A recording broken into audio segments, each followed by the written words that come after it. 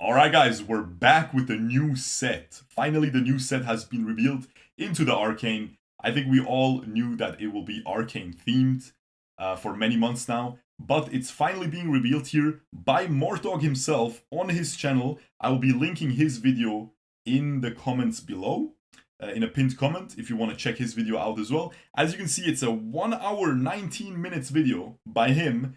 So God knows how long my video will be. I don't know, guys. It's probably going to be extremely long. This will be very in-depth, okay? As you can see, I'll give you a little sneak peek here with the little zooming feature or whatever. You can see he's basically showcasing all the units, all the traits, everything. I'll be giving my thoughts to everything. So again, obviously, my video will be even longer because I'm yapping. I'm already yapping, guys. So let's just stop yapping. Hope you'll enjoy this, guys. I usually don't react to stuff, especially not on my main channel. Usually I put this on like one of my other 5 YouTube channels. But yeah, a lot of people in the Twitch chat ask, so let's get into it, guys. Very exciting. Into the Arcane. I have not seen the new Arcane season yet. Riot Mort here, and it is time to talk 3 about episodes are out, I tactics believe. Into the Arcane and do our PBE rundown. I'm so excited to share the hard work from our team. I'm excited as well. Lead Sean, Julian, Ryan, Milo, Winston, Tori, Peter, and so many other people that contributed to this set. Great. This is a big deal. Into the Arcane, It our is. 13th set, and it's going to be a banger. There's a lot to be excited about in this set, a lot to talk about. Looking forward to it, share Mortimer. all with you here. So hopefully by Guys, now, I'm a terrible filming reactor, this, I just want to say that. Saturday afternoon. Arcane Season 2 is out, the first 3 episodes. Hopefully you've had a chance to check those out. I have If you not. haven't, highly recommend it. Very high quality media there. So I you will should watch check it, that out. but I have to watch the But new if you Blue haven't Lock yet, episode that's first. okay. But for this set, we've decided to go very deep into the Arcane and base a lot of stuff off the show. So there's lots of cool to talk about. Let's dive right in. I won't keep you waiting. This is a PBE rundown. We are going to have a short PBE cycle. Yeah. It will go live this week, later this week. But When? it's definitely going to be a shorter cycle since the set goes live on November 20th. So if you want to check it out, this is what you can expect on the PBE.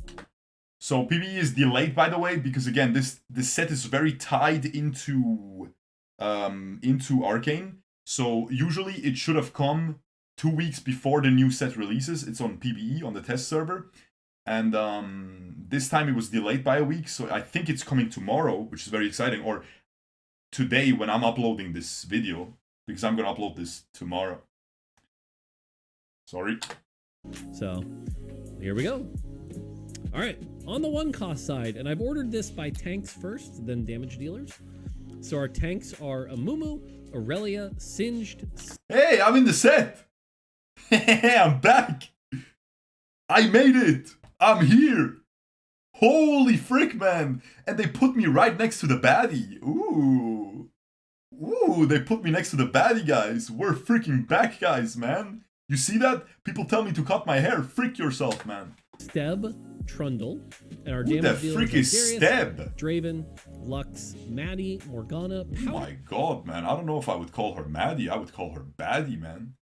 Oh my god, never mind. Look at... Oh my god, guys. Get! Vex, Violet, and Zyra. And hopefully Violet. the first thing you notice here is Steb, Maddie, Powder, Violet. We have a bunch of non-League of Legends champions that are from the Arcane show that our team worked really hard to create and put into TFT. Professional reactor coming in. I have not seen anything yet. There is a dev drop as well, which is like a 13-minute little intro to the new set and stuff, like cinematics and in-game graphics. But I'm interested in like the actual, units and everything. Very interesting that they're putting in a lot of effort to make units like this guy, Maddie, and all of these that aren't in League of Legends usually. So they have to make models for them, Powder, Violet, and they are 1 costs, which usually they make them like the Legendary or like a 4 cost, because they put a lot of effort into it to like make a whole new design. So that is interesting because I'm not sure what's like, surely, because usually 1 costs are not that good. So we'll see what these guys can do. Also Powder, I'm sure she evolves into Jinx or something. I don't know, I don't know. So that's really cool to see. And you're going to see there's a bunch of these units So if you haven't seen Arcane 1 yet, I will probably spoil you in this video just by talking about the units, right? Like, if you haven't seen Powder, then you should probably watch Arcane 1. If you don't give a frick, then just keep watching. But if you haven't seen Arcane 2, I haven't either, so I'm not going to spoil anything. I don't know who the frick the green guy. Proud of the team for that, which is really cool to see. From there, I'm going to try to do a quick rundown on what you can expect here. Amumu is a tank with no mana, just procs a lot of... he has that normal flat DR that's really good. If you can get him early with like a Gargoyle Warmogs, he's probably the best one-cost tank. Doesn't scale as well as everybody else. That's me! A really good opening tank if you can get him going. Aurelia is tanky as freak, guys. She's got that whirlwind that protects her, does some damage, and then strikes back. So good tank. Singed is a pretty good tank where he gives himself durability, like 50% DR for a few seconds. But the cool thing is he then throws back a buff that will buff somebody in the backline and give them a huge burst of attack speed for a few seconds. Very cool. So it's not often you see a tank that can support the backline. That's cool, yeah. Singed can do that really well. That's probably going to be really strong. Steb is your typical bruiser frontline. He heals himself for a bit. One of the twists with Steb, though, is that when every time he heals, he also heals nearby allies.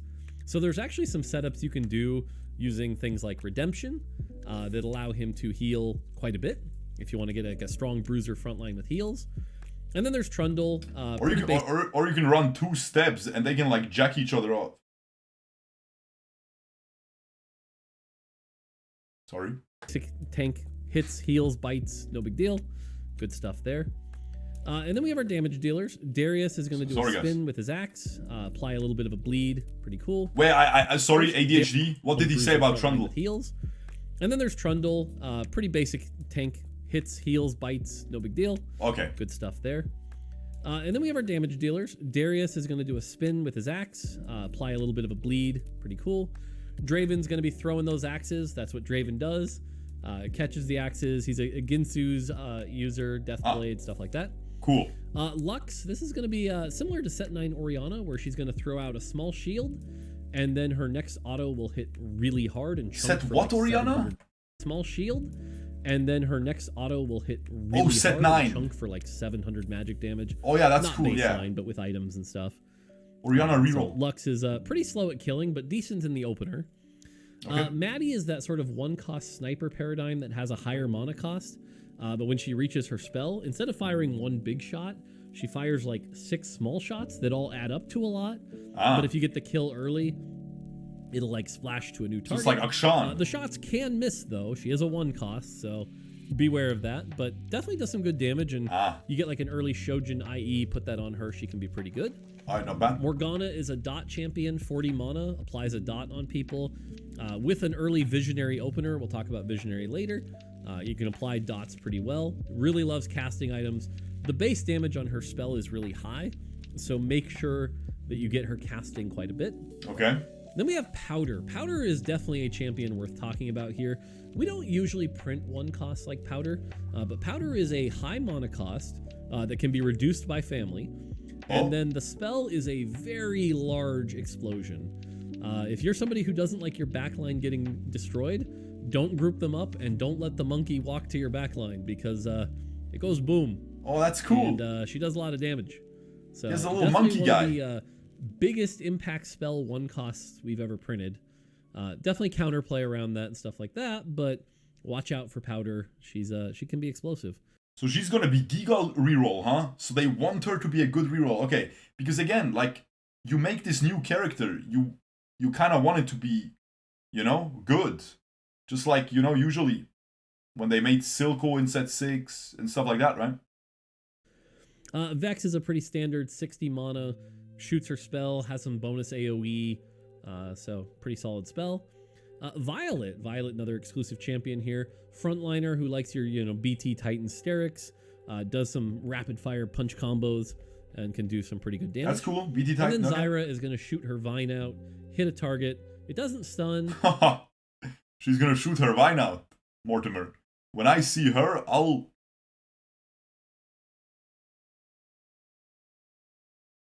Sorry, guys. I'll try, okay? I'll try to behave. Sorry, guys. Or I think it stuns the first target it hits. And then it splits into 2 and hits 2 more targets for extra damage. I'll try, guys. I'll try my best. Actually can pump out the damage. So if you're looking for another 1-cost reroll, you could play Zyra. Yeah, so there's a decent amount of rerolls here. That's good. Darius and Draven work well together. Lux and Zyra work well together. Okay. Maddie and Steb. Powder and Violet, and even Morgana and Vex. So definitely some good pairs. Oh, nice. Morgana and Vex. Those 1-cost rerolls. I like Morgana, guys. For reasons. On the 2-cost side, our tanks are My Leona. God, what is this Leona skin, man?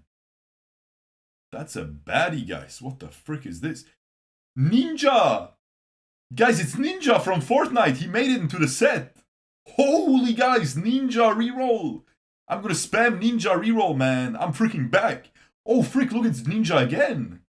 They have 2 ninjas. The frick is this? Rel, Set, Vander, and Vladimir.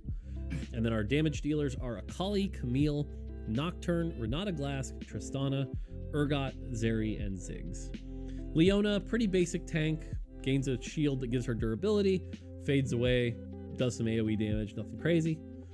Rel is an interesting one in that she's another tank. She jabs her target and actually will steal some of their armor and MR to make herself a little tankier. Oh, that's not a lot or anything, but you know, gonna help her be pretty. That's tanky. Really that guys. That's like look at the traits as well. She has 3 traits. She's yoinking armor MR. She will be on a lot of boards. Let's just say that she's gonna be very, very prevalent. Also, I'm a little bit like they changed a lot of the colors. Like Ziggs does not have this helmet or like this, you know, like the colors are a little bit crazy. You know, it's like they changed the freaking, they played around in the Photoshop settings of the colors and it looks a little bit crazy, no?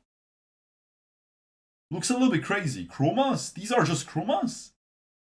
It looks like I would play around in Photoshop, but no offense. No offense. I'm just saying, it looks a little bit jarring. Like, look at this.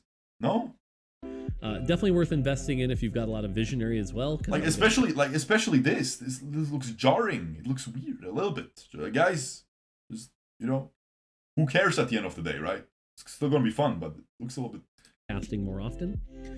Set is a reprint. Set's that set that we saw, I believe it was in set 9, who would grab 2 people, jam them together, and stun them. Yeah. So you definitely get him casting quite a bit. That's good. Vander is a really cool tank. Obviously, he's the father of the family. But Say that again, full tank? Casting quite a bit. Vander is a really cool tank. A cool tank. Obviously, he's the father of the family. But the big thing here is if you remember set 10 Cassante, who had that low mana cost, he would like duck like this for a bit, protect himself, and then punch really hard. Vander's similar spell. But the twist here is the spell gets more powerful the more 1 and 2 costs in your army. Oh. So if you want to play like a 1 and 2 cost reroll, then get to level 8 and have 8 units that are 1 and 2 cost, Vander's punch will hit like a truck. That's so cool. Pretty cool around comp building. That's actually fun. As a reroll comp, which we'll talk about later when we get to the traits. But really unique twist for Vander here. Vladimir is your pretty standard. We've seen this before, where he's that frontliner who casts, deals damage, heals a bit. Heals, yeah, okay. So pretty good tank, scales with Sorcerer pretty well. Akali is a really interesting melee champion that's probably one of the harder champions to play. But what she actually does is she hits her target. It's a pretty high mana cost. Then she hits her target, dashes back, and then dashes back towards them, hitting them really hard. Okay. But she does kind of aggro drop sometimes, and so she can be really good in the early game. Oh, that's kind of cool. Really well with that quick striker. But yeah, pretty solid opener. In fact, really the best openers we find are like Nocturne, Akali, Camille. They're melee champions, and in the early game, their weakness isn't as pronounced. So really good openers if you can get them going. Camille is pretty cool. She's a 25 mana spell. 25. And the way it works is basically she does like a flip kick. So it's like auto, flip kick, auto, flip kick. But the flip kick, what it does is it looks at the target and it says, which do you have more of, armor or magic resist? If you have armor, I'm going to hit you for magic damage. So it's hybrid. And if you have magic resist, I'm going to hit you for physical damage. So she actually has like the first adaptive spell that we've ever seen. If it's a tie, she'll default to physical. But pretty cool to see how it'll That fit. is pretty cool, yeah. The good news is, no matter what, it scales off AD, so your item build doesn't change. You still build her like, you can go IE, Titans, BT. Blue buff's actually not bad on her. But no matter what, it'll just change the magic type to be what it needs to be, which is kind of neat. That's not bad. Nocturne. It's a little bit annoying to get armor and magic pen, right? Usually. We'll see. Sounds pretty cool, though. I like these melee carries like Kassadin from the current set, right? Just have a nice reroll melee carry. I like that. Pretty basic. He's going to auto attack real quick. Every few autos, he's going to spin, gain a boost. Keep doing that thing. A little bit like a Blender Nocturne Light. Yeah, not bad. Yeah. Classic. Renata's spell is going to hit one target really hard, and then everything it passes through is going to get a shield. So you can do some pretty cool positioning with Renata. I like that. You want to get some shields on your team. Tristana. I like that. Okay. Is pretty cool. If you like the stacking champions, Tristana's spell is a big burst, kind of like Nomsy, if you will. It's a big cannonball. If it kills, the extra damage will pass on to the next target. So you want the spell hitting really, really hard.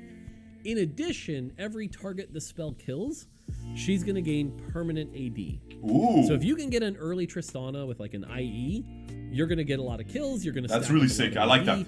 We've seen this get as high as like 70, 80% bonus AD. So yeah, pretty neat. And then that scales really well with Artillerist, which we'll talk about later. Artillerist sounds cool as well as a trait. Kind of like Nocturne, Camille, and Akali. Really good opener. Stage 2 is tanky. He's got a bunch of different traits you can work with here. Artillerist, Pit Fighter, Experiment. And just pumps out a lot of good auto damage. The spell's not really that insane, but it's just more damage. And so, again, if you run into like an Urgot 2 on 2/2 with 2 items, you're like, oh god, I might not be able to deal with that thing. So okay. Urgot's pretty cool. Urgot is sick. I always like Urgot, guys.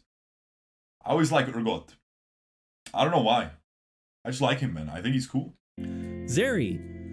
Zeri is our Ginsu's user for the 2 costs. Okay. Her spell is literally every 3 autos do a bigger zap, so you definitely want her autoing a lot.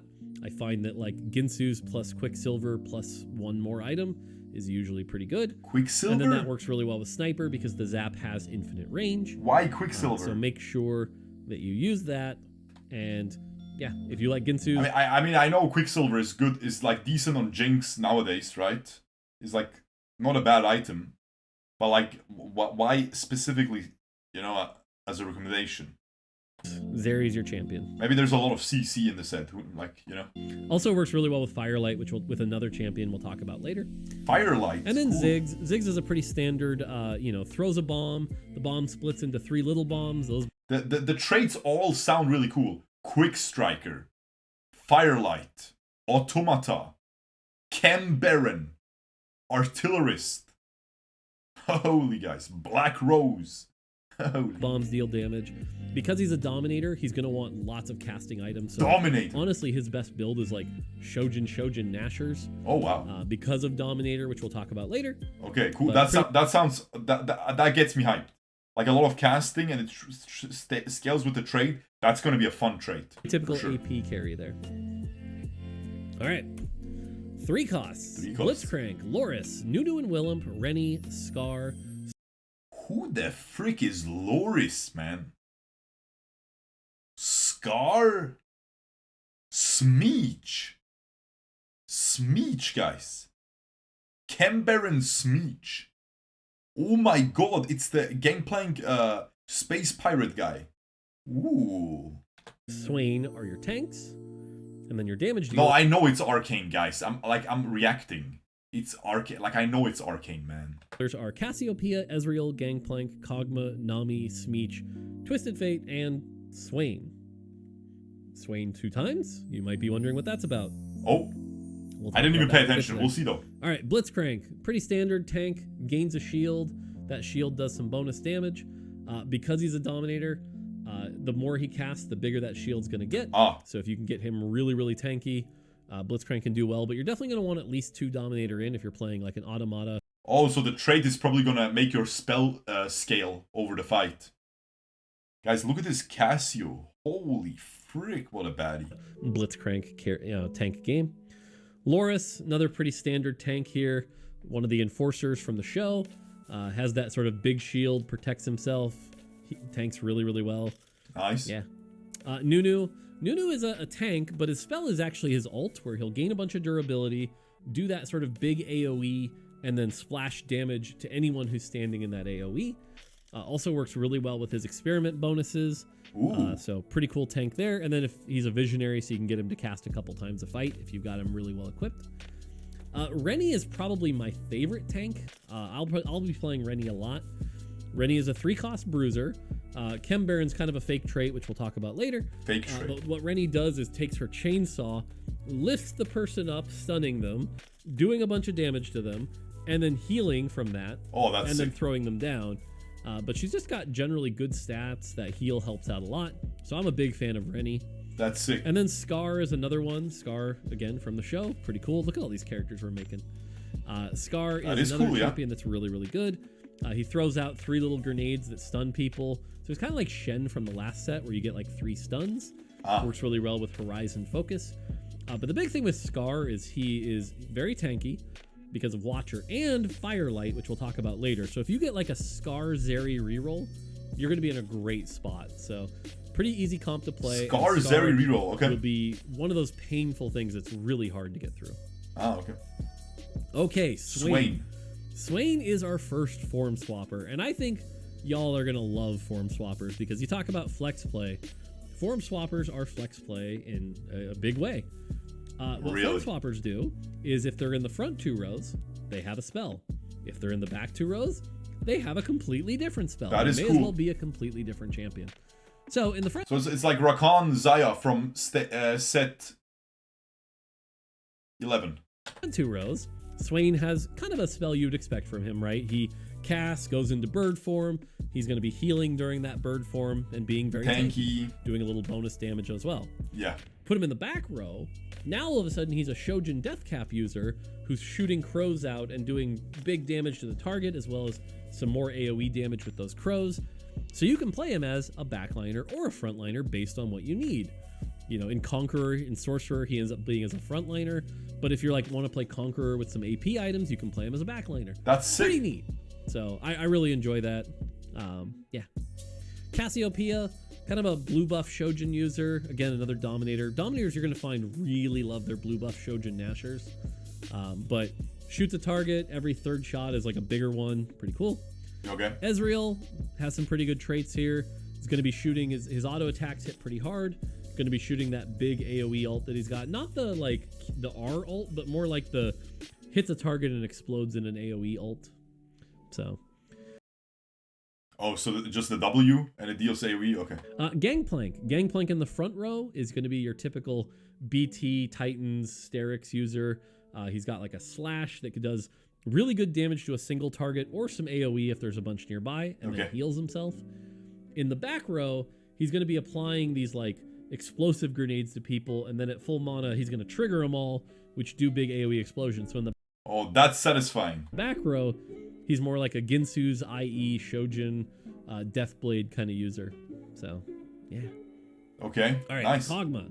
Kog'Maw's another really cool champion. We made an attack speed champion here that doesn't use Ginsu's. Kog'Maw's spell is I gain 25% attack speed for the rest of combat. Yeah. And every, I think it's 3 times I cast this, I also gain range. Oh. So you want Kog'Maw to actually have like Shojin plus Archangels plus another damage item like JG. And he'll actually get to 5.0 attack speed pretty quick without that. At which point, if you had a Ginsu's, it really wouldn't be that good because you'd already be capped. So pretty neat to see. That's good. I like that. Big fan there. Nice. Nami is an MS. Because like it's annoying every sometimes some sets no one uses Ginsu's and it's trash, and then some sets like half the units need Ginsu's, you know? So it's pretty cool. Not bad. And I like Kog'Maw always. Which we'll talk about later. You're going to see Nami in a lot of comps. Nami's spell is just the wave that bounces and like hits 3 targets for damage. Nothing crazy here. Good sort of. But again, her emissary bonus, which we'll talk about in the traits section, is going to make Nami a very high desired champion, I think. I desire Nami very highly, guys, if you know what I'm saying. Smeech. Smeech might get the award for the second most annoying champion in the set. Smeech is going to jump to the weakest low item champion and gonna slash them for a lot of big damage. It's really good if you're playing Chem Baron and want to make sure you get a couple Weakest kills. low item. Hold up. The weakest low item champion. Low item. And gonna slash them for a lot of big damage. It's really good if you're playing Chem Baron and want to make sure you get a couple kills. Smeech will jump to really weak targets and kill them. That being said, he does prioritize weak targets, so he's not going to necessarily jump to their like 3-item carry. Yes. He's not that like full backline access. So why would he be super annoying then? But again, you're like 0-item carry right next to them, they might die. Okay. So look out for Smeech. And then that's pretty cool though. Twisted Fate. Twisted Fate is an He looks like a little gremlin. That would be annoying, right? It's pretty cool. AP user. Throws out, every time he casts, he throws out 3 cards. One of them heals, one of them stuns, and one of them does some AoE damage. So Quick Striker plus Shojin here. That is sick. He'll be tossing cards out. So it's probably not the Q. It's probably not the Q, the TFQ. It's probably like the TFW, but he throws like 3 of them and, you know, like AoE around the enemy or something. Really, really well. All right, 4 costs. Now we're getting to the good stuff. Mundo, Garen, Alawi, Elise are your tanks. And then Ambessa, Corki, Echo, Ambessa. Silco, Twitch, Vi, Zoe, and Elise. Heimerdongler. So, yeah. All right, not bad. Mundo is going to be really sick. Isn't Twitch like almost never in TFT? I feel like he's almost never in the game, man. And usually he's like a 1-cost trash lord. I know he's in this set. I know, but he's always a 1-cost trash lord, isn't he? Isn't he always a 1-cost trash lord, man? Like completely worthless. Punk Executioner, yeah, he was a 2-cost trash lord. Worthless. He was almost never been a 4-cost, man. Yeah? Yeah? Has he ever been a 4-cost? Probably not. Yeah, he's always a trash lord. Now he's sick, maybe. Maybe he's a main carry. Really big tank, loves Warmogs. This guy loves health. His spell is he regens a bunch, gets really bulky, deals some damage to nearby enemies.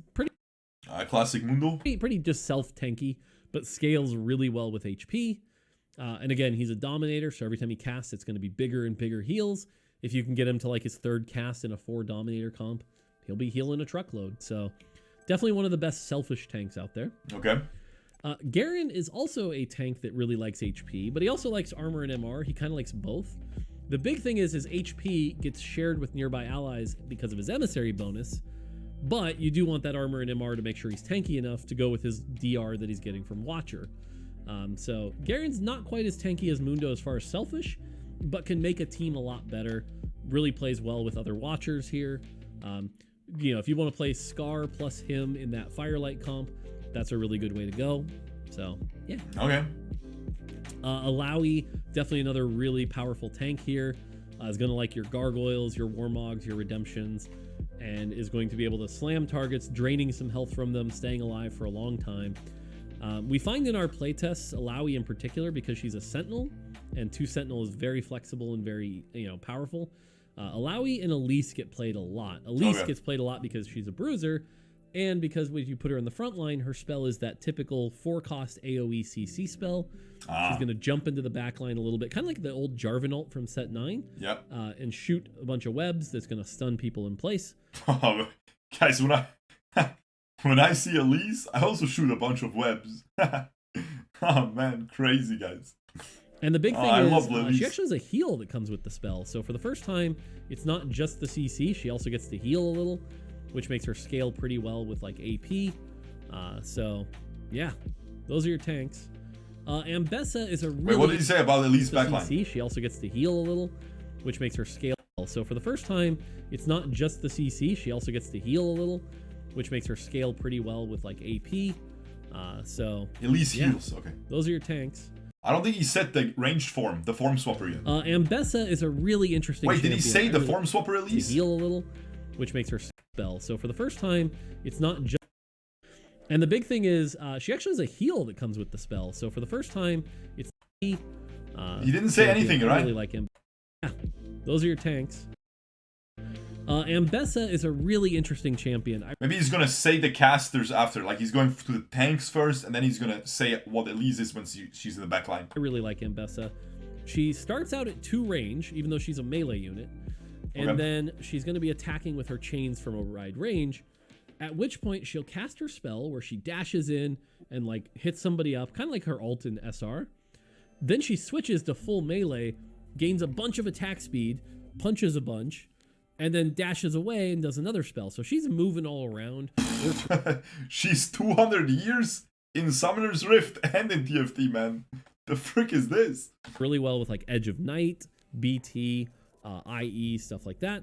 But Ambessa pumps out the damage a lot, dashes around, can be pretty annoying. I don't really like Titans on her as much because she's much more damage focused, and then you kind of want her to drop aggro, so Edge of Night seems to be a lot better on her. So she's like a Zed from set 10, you know? Something like that.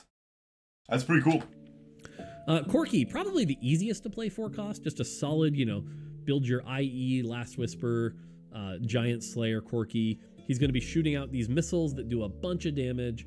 Your typical 4-cost backline ADC. Nice. He's not a Ginsu's user by any means.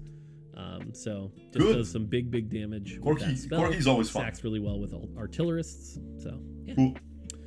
Echo, kind of like Ambessa, really likes Edge of Night. You can go like Edge of Night, but he's AP. So it's like Edge of Night, Hodge, and then you've already got Ambusher. But his spell is basically he's going to send out these after images that are going to hit targets for big damage. Oh, so he said Edge of Night, Hodge. So Ambusher is like Assassin. They get crit. They can like crit on their spell probably, huh? His big weakness is if he gets targeted down, he's going to die. But that's why if you have like Edge of Night plus Firelight to heal him back up, he can stay alive. That's why I like the double Hodge here. Cool. But yeah, Echo's cool. That sounds fun. Heimer is your backline blue buff user that he shoots 5 missiles, and then the next time he casts, he shoots 6 missiles. Nice. And then the next time he casts, he shoots 7 missiles and 8 missiles. So you want him casting a lot. He is a ramping damage champion. I love Dinger Donger. Cool. So yeah, definitely play him if you've got Academy or Visionary or just looking for lots of damage here. Silco is 90 mana. Silco is going to be... He's going to throw a vial that's going to release some monstrosities that are going to do some damage. Pretty high amounts of damage, kind of like Ryze in the current set. And again, he's a Dominator, so every time he casts, it's going to get bigger and bigger and bigger. So we've actually found like Shojin Nashers to be really good on him. That being said, if you also have a JG's pretty good too. Okay. Twitch is our backline sniper. He does like Ginsu's. He's someone who can use Ginsu, so if you want to move the Ginsu's from like Zeri to Twitch. He also just likes Deathblade. But basically his spell is he's going to be, doing that spray and pray, shooting those ults all over the place, and they pass through targets. So that's sick. Attacking as much as you can. Twitch does big damage here. Twitch is also pretty easy to play. Okay. Vi is going to be your Titan Sterix BT user. Vi doesn't necessarily do as much damage as like Ambessa, but the big thing is Vi has a shield every time she casts, and her mana cost is pretty low. She's going to hit her current target really hard and slam them down, which does a big line shockwave that also can do some small AoE damage. Okay. But she can do a lot of damage, but she's more like a mix, like tank and damage, which is pretty cool for Pit Fighter. They kind of need that. But yeah, I like Vi. You know who I don't like? Zoe. Zoe gets the award for the most annoying champion in the set. Why? Zoe is a sorcerer, and her ult is she's going to throw out this bubble that's going to bounce around the map. And what this bounce usually finds its way to doing is hitting the backline. So let's say you've got your 3-cost Scar that's really, really tanky. Well, Zoe's the kind of champion that goes, I don't care, and bounces that bubble to the backline and kills the Zeri anyway. Okay. Zoe's the kind of champion that's going to make you want to build some healing on the backline or even an Edge of Night. Zoe pumps out the damage. So if you like not having to worry about a tank, play something like a 7 Rebels. So it's probably like Bard from this set, but more bounces, right? So it reaches their backline. That's kind of annoying, yeah. I mean, that will be annoying, yeah. But I mean, it is what it is. Zoe or a 6 Sork Zoe, and Zoe will do pretty well. Now you might think that might be it, but I did skip one. Elise in the backline. If you want to play like 6 Bruiser and you need a carry, or maybe you're even just playing like Swain frontline, Elise backline, what you can do is put Elise in the backline. She'll stay in human form and shoot out 4 spiders that do some pretty big damage. And so here she's a Shojin death cap kind of user. That is cool. So it's really up to you, and that's why it's kind of cool how like Swain and no more dog. It's not up to us. It will be up to Tactics.tools, statistics. Everyone's gonna play what is most optimal. You know it, I know it, everybody knows it. It's not up to us. It's still cool though. It's still cool because on my gold smurf, I will be able to try backline Elise even if she might not be good. You know? It is what it is, guys. That's how it goes, but it's still cool that we have the option. Elise work. You can go Elise front, Swain back, or Swain front, Elise back. That's up to you. But yeah, Elise is a backline AP mage if you put her in the backline. Otherwise, maybe the balance team is behind the camera and he's like, yo, that's up to you guys. Whichever one's more broken. Everyone, you know, everyone's gonna play. Is that frontline AoE CC. So, all right. And then we have the 5 cost. 2 Mordekaiser. I love Mordekaiser, guys. Caitlyn, Jace, Jinx. Oh my god, it's Faker LeBlanc. It's Faker LeBlanc, guys. Look at this, man. Holy frick. Nice. Okay. Malzahar. Right. Caitlyn. Caitlyn's interesting. I'm going to predict something. He's going to make a joke about Malzahar. Because he hates Malzahar for some reason. And they have a running gag where someone on the team wants Malzahar to be a legendary. And he's always like, no, no, no. He's going to make a joke about that. Her attack speed is only 0.55. Her animation is so good, though. It's like every auto is like, snipe, unload the shell, snipe, unload the shell. It feels so good. Having a 0.55 attack speed, though, means she's really good with Silvermere Dawn. Oh. Plus 120% attack damage on that Caitlyn. Woo! As far as her ult goes, though, she actually summons... That sounds beyond broken. Like you're skipping the drawback of the item. A massive drawback. You're just skipping it. That sounds like one of those things where, oh, I got a Silvermere Dawn, GG, you know? A battleship that's going to drop bombs. Wait, who? Battleship? What? She actually summons a battle. Woo! As far as her ult goes, though, she actually summons a battleship that's going to drop bombs, and every bomb that gets dropped, Caitlyn's going to snipe the target that gets hit. So you get a little bit of AoE damage with these big Caitlyn spell snipes that are really powerful. We find that Caitlyn isn't the best solo carry, but a really good duo carry with like Vi, or you can have it with Maddie in a vertical enforcer comp. But Caitlyn definitely does some good damage. Okay, nice. Cool. Jace, our last form swapper, frontline and backline, he's damage. Frontline, again, something like a Titan's BT. Backline, you're going to get something like an IE red buff. But either way, he's going to provide some extra utility. Backline, he also comes with this, like, I forget what it's called, but it kind of looks like a big, like, hexstone thing. But basically, if you put that in the front line... He does have a big thing, you know what I'm saying, guys? Jace does have a massive, Oh, man. I love that guy. I just love that guy. It's going to enable him to, like, CC tanks and knock them around. Sorry, ADHD. But it kind of looks like a big, like, hexstone thing. But basically, if you put that in the front line, it's going to enable him to, like, CC tanks and knock them around. And if you put him in the back line, that's going to give attack speed to everybody else in the back line. So definitely some options there, as well as he pumps out some damage by himself. That's sick. Okay, Jinx. Jinx is absolutely the greatest spell our artists have ever created. Really? I absolutely love the spell. They cooked so much. I'm not going to spoil it for you. But Jinx is a big AoE big boom. She's got 3 parts to her spell, and that third part, oh, it's so good. Shojin, IE, and then you can go like Giant Slayer is a good third choice. But enjoy the show.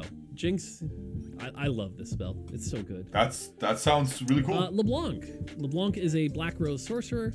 What's interesting about her spell is that she throws out these chains and it hits 4 targets. Those chains stay on the they do some damage. And then those chains stay on the target for a few seconds. During which time... Guys, I'll keep it a buck. I wish her chains would stay on me forever. I don't give a frick, guys.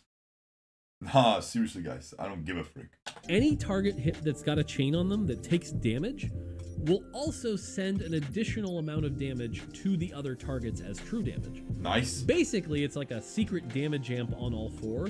And you can get some really nutty things going on where like LeBlanc has chained 4 targets, Zoe's bubble is bouncing through them, each bubble triggering the chains on the other one. Oh. And it does a lot of big AoE damage. That's really satisfying. Kind of a support mage in that regard, but also if you throw items on her and then those chains kill, she gets 3 bonus auto attacks that are going to hit really hard. Oh, wow. So she can carry, but also a very good support champion. Even if you just want to throw in like 2 sorcerer for the AP bonus. That sounds like a really fun comp. LeBlanc and Zoe, huh?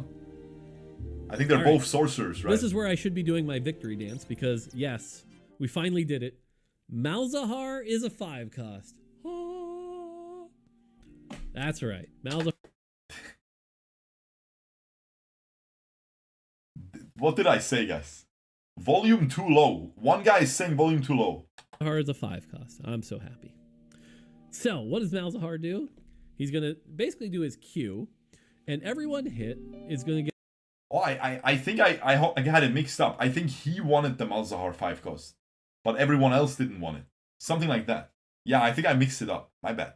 Get a dot up to 5 dots. It's always 5 dots. So if you hit one person, that one person has 5 dots. If you hit 5 people, they each have 1 dot. Oh, okay. Okay, sounds pretty basic. What's special? Well, the dots stack, as we said. If the target dies, the dots jump to the next target. Oh, and the dots never expire. Oh. Ever. So, you get him going with like 8 visionary, and he's going auto, auto, auto, 5 dots, auto, auto, auto, 5 dots, auto, auto, auto, 5 dots, and now you've got 15 dots out there. That's sick. I like these characters. So like Karma basically, but Karma is trash, right? Like in this set, Karma is just kind of trash. I like these poison characters. This is gonna be sick. He gets pretty nutty and can poison targets really well. Really good with Zhonya's, by the way, because what'll happen is he'll be Zhonya's all the while all his dots are ticking like crazy. Not to mention the way Automata works, which we'll talk about later. It procs based on instances of damage, so if you get a lot of that going, Automata's proccing a bunch. Pretty cool. All right, Mordekaiser. Mordekaiser's pretty basic in the sense that he's got kind of a slow attack speed. I believe it's 0.55. He's going to gain 100 mana. He's going to transform, grow big. And now every auto is going to be this giant slam. This just like really impactful slam that even to tanks will chunk like a third of their health. That's and sick. Do an AoE shockwave. He also gains Omnivamp during this. So he can do a lot of damage. Kind of tanky, kind of bruisery. Like this is probably the most powerful champ fantasy Mordekaiser we've ever printed. Nice. I love Mordekaiser. Rumble is a Junker King. His ult is pretty basic. He's going to do his ult, to shoot the wave of fire. If it hits up to 5 targets, great. If it hits less than 5, for every target less, you're going to get a mana refund. Oh, okay. So what's interesting is actually against a solo tank, what'll happen is he'll ult, get a big refund, ult quickly again, get a big refund, and he can actually melt things down pretty quick. That's sick. Where the twist here is Junker King. Junker King says every 3 turns you play Rumble, you're going to get offered a shop where you can buy an upgrade for him. It'll show you 2 upgrades, or you could pass and take spare parts, which will give you like a little gold. Oh. But if you take an upgrade, he'll gain an extra part of his spell that's happening in addition, and you can get up to 5 of these. Oh. So if you get like a 3-2 Rumble and keep upgrading him, by the end, he kind of has like 4 or 5 different parts of his spell. He's got this really powerful mech that's doing a bunch of things. So it takes like 15 turns. It takes like 15 turns to fully upgrade him. Yeah, you need him so early then.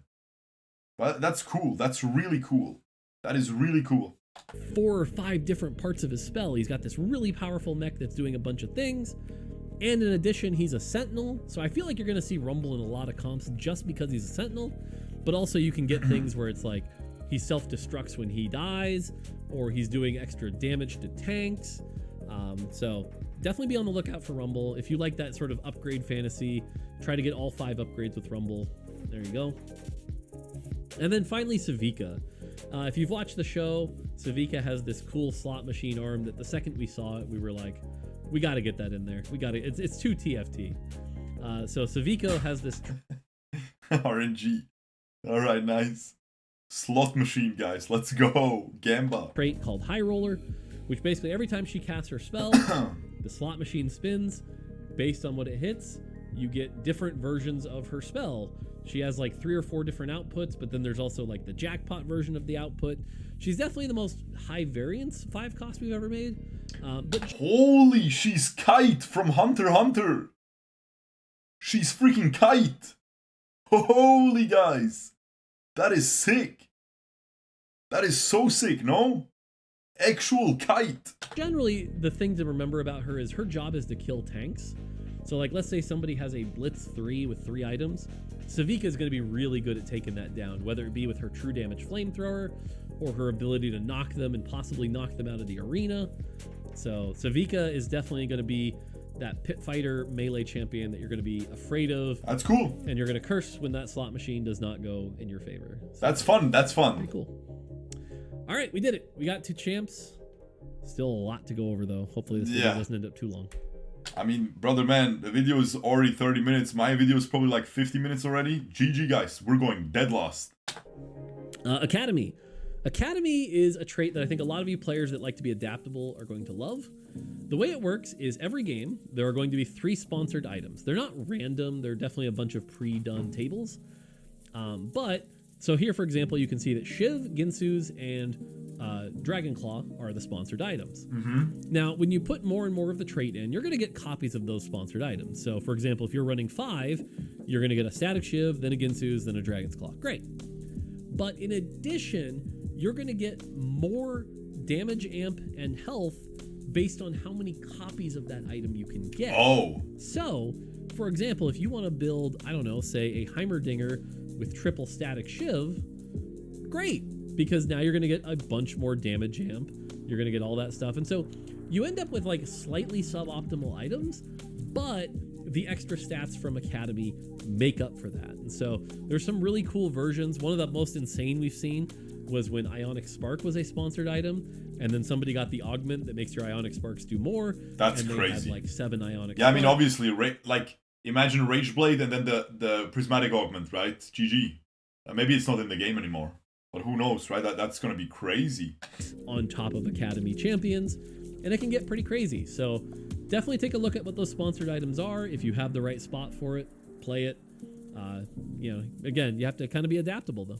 That is cool. All right, Automata here. I feel like it's gonna be very hard to balance because obviously building 3 static shivs is so bad, guys. Building like it's so bad. Building triple Dragonclaw, like it's gonna be rough for them to balance it, right? It's gonna have to have a lot of stats. Basically you gain a crystal when you deal damage or take damage, I believe. At 20 crystals, they then blast their current target, dealing magic damage plus 18% of the damage dealt since the previous blast. Okay.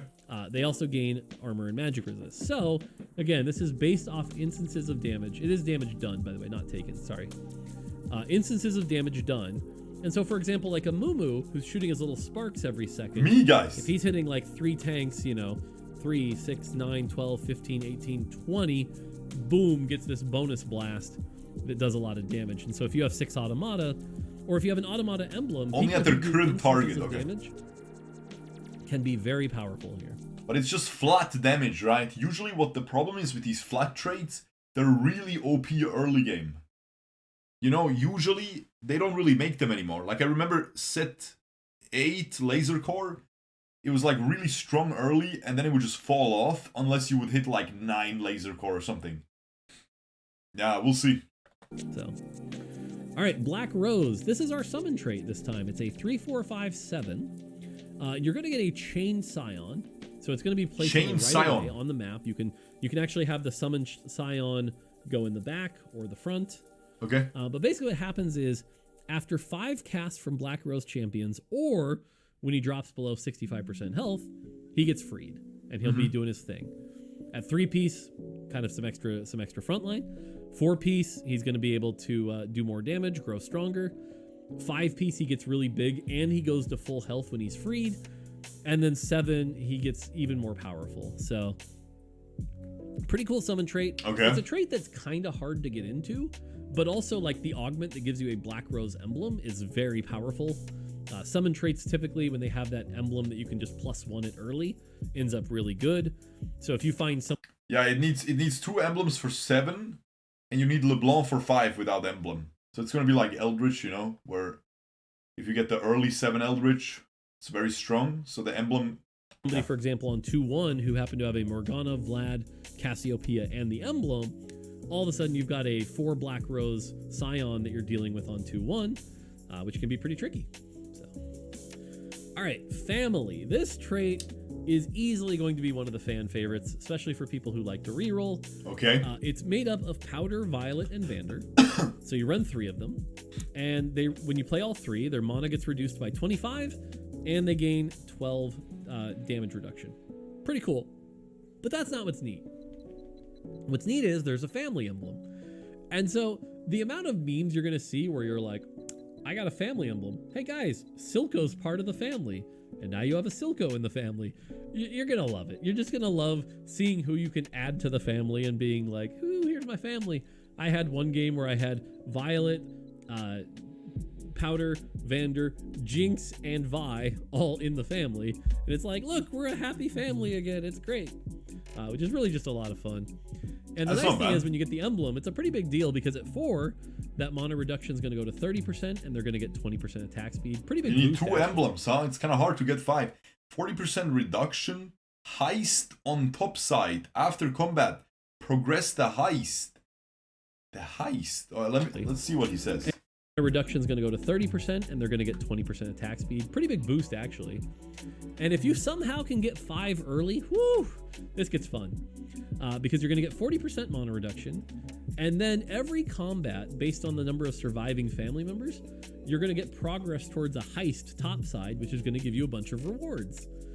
So if you somehow hit 5 family early, expect to have one of those games where like, oh, I just got some duplicators, or oh, I just got this random. That's crazy. So it's like Underground from set 8. Sick. Well, without the loss streaking. That is sick. So it's like win streak rewards. But 2 emblems is probably ridiculously difficult to get, right? Ridiculously difficult to tell you about. But yeah, 5 family will be one of those high roll moments that you're like, yeah, let's go. All right. Okay. Chem Baron. Oh, I could talk about Chem Baron for an hour. I'm not going to, but I could. Chem Baron is our high risk trait this set. Chem Baron is a little different than before. It's not quite Fortune. It's not quite Underground or Heartsteel. It's a weird mix of it all, and it's our first high risk trait that you don't usually want to pivot out of because it doesn't just give you a bunch of, bloodthirsters and radiant items and whatever. What Chem Baron does is... Well, but it's not really the first, because you didn't really pivot out of Piltover in set 9. You would just keep the fat dragon and it would just kill everything. So you didn't really pivot out of it. Alright, well, let's see what he says. Basically, as you play Chem Baron, you're going to get stacks. You can see here, at 3-piece, you're either going to get 15 or 30. If your loss streak is 3 or higher, and that means, for example, you could play not Chem Baron, lose twice, put in Chem Baron, your first loss will count as 30 because your loss streak is 3. All that matters is your loss streak says 3 or higher. If you're loss streaking, you get even more. The more Chem Baron you play, the more shimmer you get, and your goal is to get as much shimmer as you can.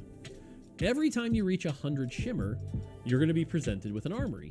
That armory will have stuff that is illegal, and you can decide to take it. For example, at around 200, you'll start seeing some exclusive illegal items like Unleash Toxins, which might look kind of familiar. It's like 10 mana, 15 AP, attacks grant 5 bonus mana. Sounds like Shojin. Yeah. After casting, launch 3 missiles at the current target that deal 100 magic damage. Not bad, so it's like a slightly powered up Shojin. And what's nice is if you don't know who to put them on, they say recommended users. These items can only go on Chem Barons. And that's one of the reasons why you're probably not going to pivot out of it. Because if you get like an Unleashed... That's sick. That is really fun, though. That is really fun. And then you have Unleashed Toxins too and stuff. And then you pivot out, who you putting it on. If you don't have at least 3 Chem Baron active, these items go away. So you definitely want to say that. But as you get higher and higher, you'll notice with the same item, it's going to get powered up. So for example, maybe if you get to like 300 or 400, you get Unleashed Toxins too, which, now is giving even more mana, more AP, and those missiles are hitting harder. And then if somehow you can get up to like 500 or 600, you might get the tier 3 version of the item, which is Perfected Unleashed Toxins, And there's like 8 or 9 different items here. I don't want to spoil them all for you. Casts also launch a wave of toxins that deal 450 magic damage and stun enemies. Okay, if you crazy. can get up to 600 or 700, who knows what other surprises you'll find. But there's all these really cool items to play with that are going to make your Chem Barons do some pretty... I mean, I can already tell this is going to be my favorite trait. Like, it's going to be hard to have something more fun than this, I think. Because it's always my favorite trait, like fortune and stuff. Wacky stuff. In addition, every armory you pass is more health for the trait. So let's say you get... But this might low-key be even more... My favorite trait of all time was probably Underground, I think. Was it? It's probably Underground. Underground was sick. Because you could, like, see your cash out and, like, decline it and say, frick it, I'll go for the Giga cash out for the next one. Like, you could go full risky. But this is even cooler, right? Because it's like, you stay... Maybe it's going to get boring that you always play the same champions then, but probably not. Let's see. We'll see. Because you'll get different items every time, right? To 400. That means you passed 3 of these armories.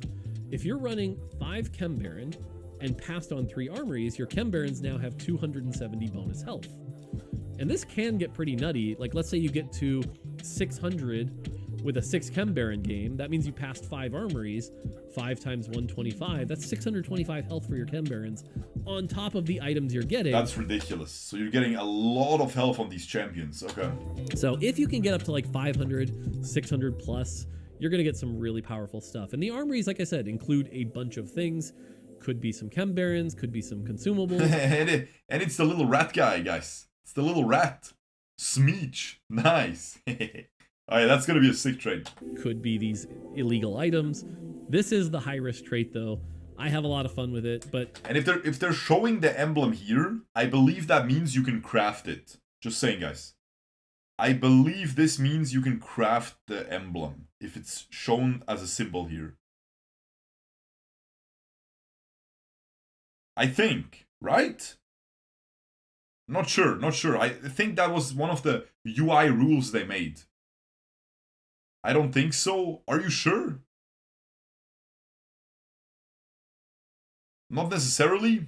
Are you sure? I believe that was one of the UI changes they made in set 11, I want to say. I'm not sure. Oh, the colored one. If it's white... Yeah, if it's white, it's pan. If it's white, it's pan. It's with the pan, not with the spatula. But I'm not sure. Definitely one of those things that's going to take you a few tries to get used to, figure out your bearing, and again, you're going to... No, it just shows the emblem is obtainable but not craftable. Okay, or not necessarily craftable. Okay, Vanguard has it too. Oh, Vanguard has it because you can get it by augment but not crafted. Okay. I hope you can, or maybe I don't hope if you, like, I don't know if I hope you can craft it, because usually you can almost never craft the cash out trait. Fortune, Underground, Piltover, you could never craft them. So we'll see. You're going to want a lost streak, but figuring out when to lost streak, when to get your health up. So new twist on the high risk genre here, but hopefully you guys like it. Let us know what you think. I love it. All right, Emissary. I love it so far. Emissary is another really sick I need to one. try it, but that seems really cool. That seems like half my games will be on that trait. Talked about it briefly with Nami, but Emissary is a trait. Heartsteel was craftable. Yeah, Heartsteel was craftable, yeah. I think that was the first time I think it was craftable. That kind of like Ninja back in the day. You either have 1 or 4. If you try to run okay, 2 Ninja set emissaries, 1. you're going to lose their bonus. The emissaries are Tristana, Nami, Ambessa, and Garen. Or like Ace from set 8 as well, right? You can only have 1 or 4. Each of them have a different bonus. For example, Ambessa gives 2 armor and MR to your team for each opponent you've already defeated this game. So up to 14 armor and MR. Garen is going to give the allies to his left... Oh, is the music going crazy all of a sudden?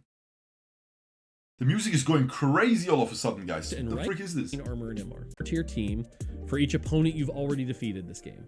So up to 14 armor and MR. Garen is going to give the allies to his left and right 20% of his max health. So if you have like a Warmogs Garen 2, giving a lot of health. Nami, I love Nami because again, it's just allies attacks grant 2 bonus mana. pretty cool in like a sorcerer comp. Just here, everybody, have a almost a half a Shojin. Cool. And Tristana gives all allies 6% attack speed per star level. So if they're 3-star, that means they get 18% attack speed. So each of these is a pretty unique bonus. Or you can play all 4 of them, get all the bonuses, and those 4 emissaries gain 300 health and 30 damage amp. So pretty neat. Like I said, I'm a big fan of Nami. I play a lot of Nami. Ambessa's pretty good. Tristana obviously good for reroll, or just play all 4. So pretty That's neat. not bad, especially the Garen thing, right? Just 20% health that he gives. That's not bad. Conqueror is a pretty basic trait, but hopefully one you guys enjoy. You play Conqueror, you get AD and AP for your Conquerors. Okay. Great. But in addition, every time a Conqueror gets a kill, you're going to get a stack of Conquest. The higher you're playing, the more stacks. So for example, if you're playing 2 Conqueror, a kill is 1. If you're playing 6 Conqueror, a kill is 6. 20 stacks at 9. Like Sugarcraft before, you're going to get different rewards. Oh, holy, 9 needs 3 emblems. Crazy. Going to keep coming out. So it's like a mix of Sugarcraft and more stats. But it's like very bloody. It's like bloody Sugarcraft. I don't know. But it's like Anima Squad. Anima Squad in set 8, right? A little bit. Get a lot of kills. If you can get 4 Conqueror early, definitely recommend playing it. If you can get 6 Conqueror early, some of the later rewards get pretty wacky. And then if you somehow hit 9 Conqueror, which is going to require 3 emblems, all of a sudden those conquest rewards shoot up to 20x. This is one of our prismatic traits. And yeah, good stuff. Yeah, that's sick. All right, Enforcer. All the Enforcers from the Arcane show. Enforcers gain a shield and damage amp at the start. So if you're running forward first Enforcer, they're going to gain a 25% health shield and 25% damage amp. Cool. In addition, the highest health enemy units become wanted. You'll see like this like targeting symbol over them. So if you're running 4 Enforcer, 2 of them, their 2 highest health units, are now wanted. Okay. When you kill those wanted units, your whole team is going to gain, or sorry, Enforcers. The Enforcers. Enforcers gain 30% attack speed. So what'll happen is like, if you're running like 8 Enforcers, there's 6 wanted targets, you kill like 3 of them, and now you're also running around with 90% boosted attack speed, which gets pretty cool. This is one of our easier to play origins that you can play. Just get it going pretty early, hit 4 Enforcer early, play off the Camille, move to the TF, play around the Vi. Should be pretty easy to play. And if you somehow get 3 emblems, you can hit 10 Enforcer, 3 emblems, which gives you a massive shield, massive damage amp, and you start confiscating enemy items. So confiscate all enemy items. All right, Firelight. Well, that's briefly. This is a weird it's a 10 prismatic trade, right? It's supposed to win instantly. But every 6 seconds, Firelights will sort of hoverboard dash away. Cool. While dashing, they attack with infinite range and heal a percentage of the damage taken since their last dash. Generally, this will help like Zeri and Echo get out of the way. But really, I found the power of this trait to be around Scar. Because Scar, you get this really powerful Scar 3 with Bramble, Dragonclaw, Warmogs. He's a tanky beast with 4 Watcher. And then every 6 seconds, he's also undoing 40% of the damage he was taking. Oh. So that's what makes Scar such a tanky beast. Again, it can also save Zeri, get her out of a jam. Echo can heal some of that damage after his Edge of Night procs. So Firelight's a pretty neat comp. That's pretty sick, but like, this makes me think there's a lot of backline access because the Zeri needs to get out of the way, right? If she doesn't need to get out of the way, right? That's why he said QSS on Zeri. Really though? She's getting out of the way. Why does she need QSS? She's already getting out of the way. Right? I don't know. Seems like it's just going to be really good for this Scar guy, right? Like he said. And like the Zeri will just be dashing around. But while dashing, they attack with infinite range. But I assume they're still going to focus on the tank that they've been focusing on before for the Zeri. We'll see. And Sounds the emblem cool. does some fun things. Sounds very flashy. See, imagine a Mordekaiser flying around on a hoverboard. Yeah, true. That sounds funny. Rebel. Rebel is sort of the Jinx-oriented origin here. Rebels gain some max health, some stats, some AD and AP. After your team loses 30% of their health, A smoke signal appears, granting rebels 60% attack speed for 4 seconds and extra power for the rest of the combat. That's cool. The big thing here is 7 rebel. If you can get to 7 rebel, you kind of get that Tempest like AoE stun. It's going to stun everyone on the enemy team for 2 seconds, which is pretty good. So just for the people who maybe haven't played TFT that much, when something says after your team loses 30% of their health, again, just for the people who maybe haven't played much, usually this means your entire team's health pool together, and when 30% of that is gone. So not every single unit has to lose 30%, just in case you're confused. The tanks can just die, and they're 30% of your health. Boom, you get this. Okay, just to make sure everyone understands. So definitely, if you're going to play Rebel, try to get to vertical 7 Rebel. And if you somehow get to 10 Rebel, that's another one of our prismatics. The smoke signal triggers at combat start and every 6 seconds. If you didn't like Tremors, this is worse than Tremors. So. Oh, that's crazy. That's crazy. So every 6 seconds, enemies are going to be stunned for 2 seconds. Scrap.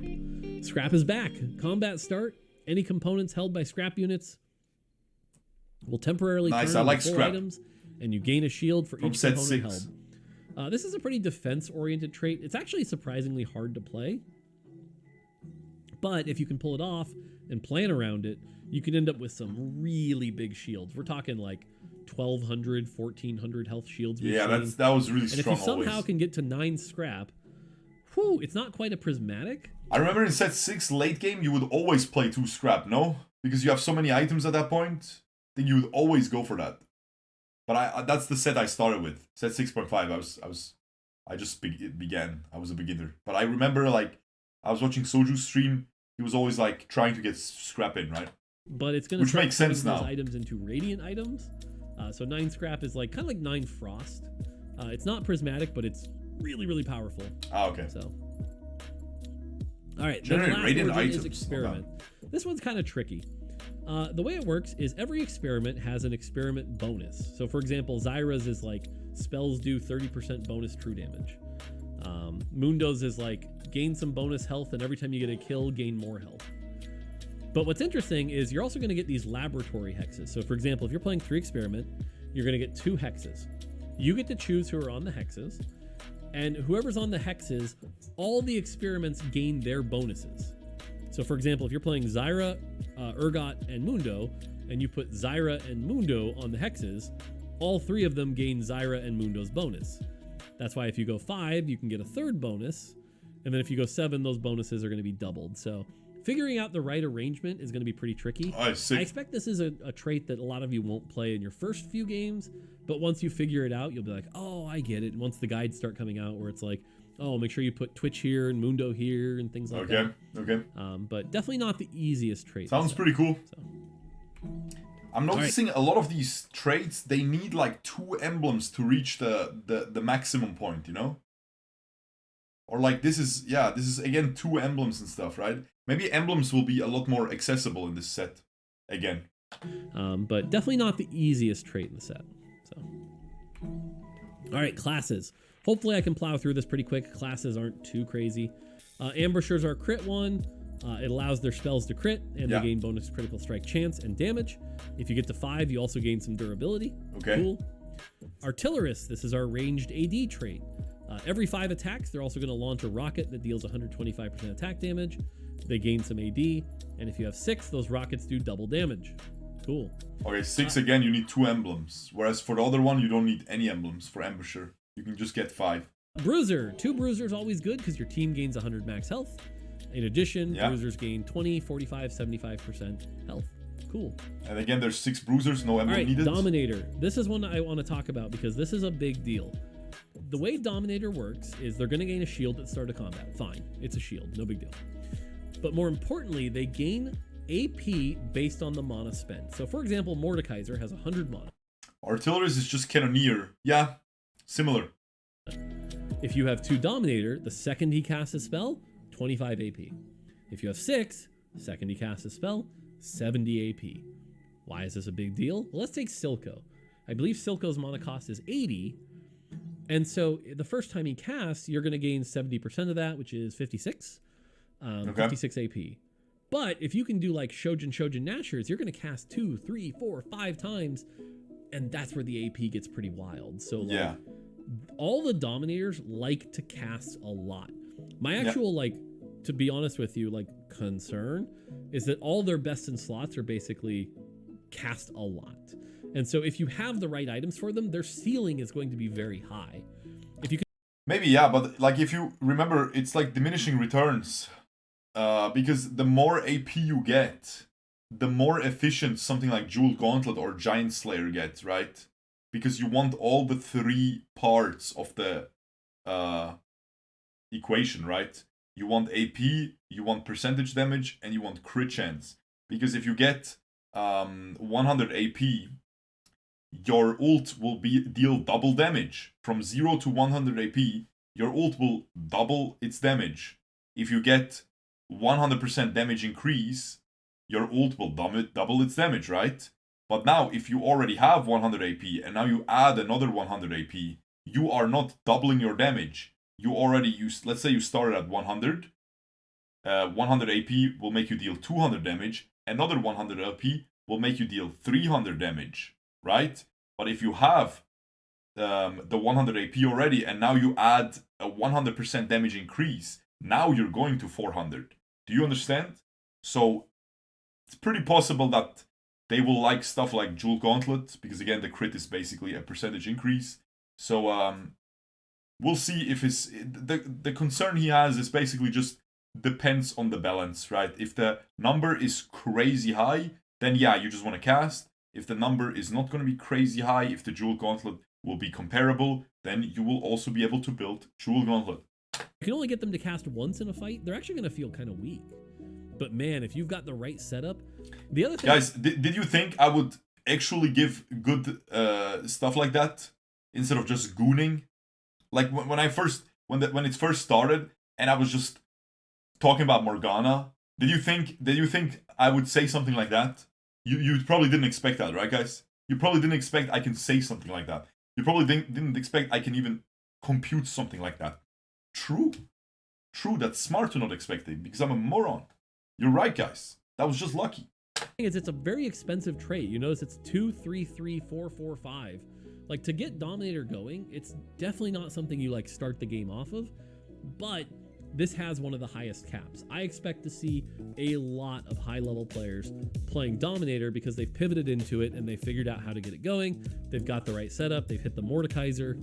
Sick. Dominator is going to be a tricky one. I like that. Like stacking up the more Form Swapper, we already talked about it. Most of the complexity in Form Swapper is which one they want to be. Okay. If you want to run a few Form Swappers, they either gain damage reduction if they're in the front or damage amp if they're in the back. Okay. So again, if you want to run Elise in the front and Swain in the back, Elise will gain 15% damage reduction. Swain will gain 20% damage amp. Cool. I love Form Swapper. Very flexible trait. It's probably going to be very good to obviously run Elise and Jace, right? Just easy damage reduction and damage amp. And they're really good units, right? AoE stun and like a 5-cost carry. Pit Fighter. Pit Fighters gain 15% Omnivamp for running 2 of them. Cool. And they deal bonus true damage.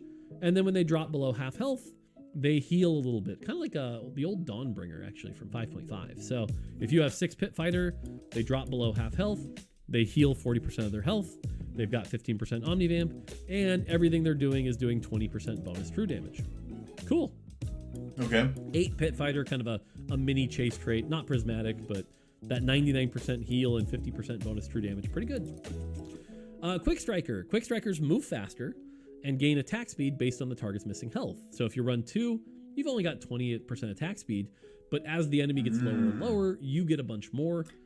So this is quite a bit. I think they had a trait like that once. Quick Striker, I don't remember. Very powerful. For Quick Striker, in addition, on target death, they'll dash to a new target and gain a shield for 3 seconds. Or maybe it was that set 4 or set 3.5 revival, right? Because I didn't play the original set 3.5. Maybe it was something like that. By the time you see this might be a % health shield, but the point is they gain a small shield for 3 seconds to keep them going. Or okay. Sentinel. Sentinel, like I said, you're going to see a lot of Sentinel splash because this is your team gains armor and MR. Your whole team, Sentinels gain triple. So 2 Sentinel by itself, team's got 12 armor and MR. Cool. and the Sentinels gain 36. Yeah. You want to run 6, whole team's got 45 armor and MR, and they've got 135 armor and MR. So Sentinels can get that's a lot. But I mean, yes. Yeah. Sniper. Well, let me see the units. Yeah, I mean, yeah, Sentinel you'll always run. You'll always try to cram into Sentinel. Yeah, classic. So Sentinels can get pretty tanky. Sniper's back. They deal more damage the further away they are. 7, 16, 35, and gain +5 attack range. Okay, classic. Sniper emblem with 6 sniper can make some pretty silly long-range melee units if you want to try. Sorcerer. 2 sorcerer is always good because your team gains 10 AP.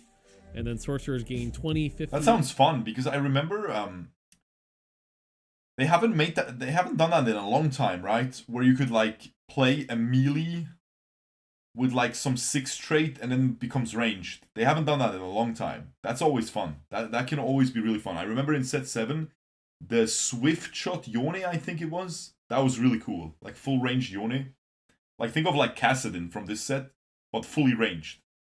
85 and 100. If you run 8, their abilities also reduce their target's damage by 25%. Oh, okay. So just Visionary. Just Visionaries say classic. Whenever Visionaries gain mana, they gain more, and this means anything. You want to run a 6. So it's like set 8 Star Guardian, right? They just gain more mana from every single source, from Shojin, more 80% more, stuff like that. Mana Zane. While the mana Zane is ticking, it's going to give 80% more mana. Yeah, that's crazy. So Visionaries generate a lot of mana. Really good with Shojin. It's unlike Scholar. Like Scholar, you didn't want to put a Shojin on because it was like additive. This is multiplicative. So blue buff is good. Shojin is good. Any mana generation is good here. There's good mana generation augments as well. So yeah. Okay. And then we have Watcher. Watchers are pretty easy. They gain durability. While they're above half health, that's higher. By the time you see this, I think 6 will have been nerfed. But yeah, Watchers, another tanky comp you can put together. Okay, sick. I think that's it on the trait side. Okay. But holy crap, we still have more to go. Okay, let's talk about the set mechanic. The Anomaly. What? Choose a champion to evolve. Reroll 1. 99 gold. Evolve. Laser eyes, magic damage. Constantly deal 80% ability power magic damage per second in a 3-hex line and burn enemies for 3 seconds. So you'll be like able to juice up a champion or what? This is pretty cool. This is our set mechanic this time. And the way it works is on 4-6, it happens at the same time every game. On 4-6, the Anomaly appears. And it puts a hex in the middle. And you get to pick one champion to send into the Anomaly to come out with a buff. So for example here, the buff that you can see is Laser Eyes. Constantly deal 80% AP magic damage per second. Sick. In a 3-hex That's so line cool. and burn enemies for 3 seconds. So this is really good on like an AP frontliner. That's so good. If you don't like this, you can re-roll it for a gold. And so let's say you really want to have like a good Zoe Anomaly buff. You're going to roll a bit and find a good Zoe one. Or maybe you want a tanky one for your Alawi in this comp. You're going to roll for a tanky one. And so basically, you get to kind of pick. And the skill is going to be, you'll have to decide when do you stop rolling? When is it good enough? When is it solid? Maybe you're aiming for something for Zoe, but then you get a really good tank one for your front line. You just have to determine, okay, I have to stop rolling now. Yeah, good, cool. Very good.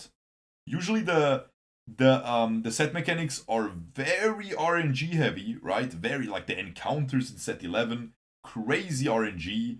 I personally didn't like the headliners in set 10. And then here in set 12, the charms, right? Both of you, like you're in a 1v1 at the end, both of you have 1 HP. He gets a dragon, GG, you know? But this looks just extremely fun. And as much RNG as TFT is, right? Like the shop is RNG. The whole shop is RNG. Like you can roll a couple times, get your 2-star forecast and win the game, or you can roll 70 gold, get nothing and lose. That's just TFT, right? And this is going to be similar, right? You can roll a couple times, get the perfect one, or roll a billion times and get nothing, but you know, that's why you'll have to decide when you want to settle. What special buff you get to put on whatever Isn't it bad if you're pivoting after it? It's stage 4-6. Stage 4-6, you're pretty committed to something, man. You have all your augments. It's at the end of stage 4. You are pretty committed. The only way I can see this being a little bit annoying is when you're going fast 9 and you're like not really doing anything yet. Like stage 4, you still have your stage 3 and 2 board that you just high rolled. You got a 10 streak into wolves, and then you just want a lost streak stage 4 to go level 9, skip level 8 basically. You go level 9 at stage 5. That's the only way you'll be like, okay, I don't really have a champ to give this, right? But then you just won't do that, right? You'll have to. Champion you want. And it's 4-6, so it's late enough that you kind of know what you're playing, but how do you want to enhance your comp? So, pretty neat. It's a pretty low impact in the sense that like everyone gets one, it happens at the same time every game. Yes. They're all generally balanced around each other, but having a cool... Also, the cool thing is, you always have stuff to look forward to. Like, you look forward to the first augment, to the second augment, to the third augment, and now you have another thing that you can look forward to, right? Now there's like 4 parts in the game where you can look forward to something that really transforms your entire thing, right? They could have like put it at stage 5-1 or something maybe, to like be a little bit further from the third augment, because now you have a lot of stuff happening in stage 4. But I mean, yeah, we'll see. We'll see how it turns out. The Twitch chatter concerned about going fast 9 and not being able to pivot, that is definitely a valid concern to have. Let's see how the set plays out, because maybe there won't be a lot of cash flow anyway, right? If you don't get a lot of gold, it's going to be very... There is sets where it's like almost expected for you to go fast 9, like in set 8, if you wanted to go first, you would always go fast 9. Always, right? And yeah, and then there's sets where you never reach level 9, you know? So we'll see how this one is. Full understanding of what you're looking for can make all the difference. There are 60 of them in total. I'm not going to read every single one. If you want to check I will. Gain ability power equal to 25% of magic resist. Gain 50 magic resist. Attack expert. This champion gains 60% more attack damage from all sources. So if you have like an attack damage trait, or the Tristana, that's perfect for Tristana, right? She can farm up attack damage. Yeah. Gain attack damage equal to 25% of armor. Okay, gain 5 gold. Gain 15 damage amp and 1% more per 2 gold you have. Okay, up to 40%. So you want to have 80 gold with this one. That is crazy though. That's a lot of damage. That's a lot of damage, man. 55% damage amp. Or no, it's up to 40. So probably 15 plus 25. So 50 gold. Okay. So you want to be at 50 gold. Berserker Rage. Gain 20 ability power, 20 attack damage. Triple it when below 50% health. Okay, cool. Bully. Gain 18% damage amp. Doubled against units with a lower star level. Okay, so if you're like the only one rerolling, this could be really good for you. And everyone else has like 2 stars, you obliterate them. Gain 30 armor magic resistance. Triple it when above 50% health. That's good with the damage reduction trait, which was Watcher, I think. Calling card. Gain an emblem that matches a non-unique trait from this champion. But that's RNG. But that's cool. But that's kind of crazy. Because you can get one of 2 traits usually, right? Gain 6 stars that orbit this champion. Each star deals 70 magic damage and orbits faster. They're kind of like augments from Arena. You know, if you guys played League of Legends Arena, right? They're kind of like augments from there. You have these like, yeah, center of the universe. It's literally named the same way. That's pretty cool. No longer gain mana, but instead cast their ability every 4 seconds. Cosmic Rhythm. That is insane. For like really high mana units, you can just go full AP, no mana items, and just get this. If you get it. That's going to be really fun to play, guys. That's going to be really cool. Deep Roots gain 700 health, 25 armor, 25 magic resistance. They cannot move or be stunned. And something behind the camera, their target into range. Yeah. On first cast, leap to enemies and stun in a 2-hex radius for 1.5 seconds and gain 35% amp, I guess? Or no, attack speed and omnivamp. Diving in. Pulled in, okay. You know, bro, this is crazy. But like I said, there are 60 different ones, and generally it will try to cater to your board a little. Don't get me wrong, it's not going to be perfect. I bet some pros are going to look at stuff and be like, why is it showing me this?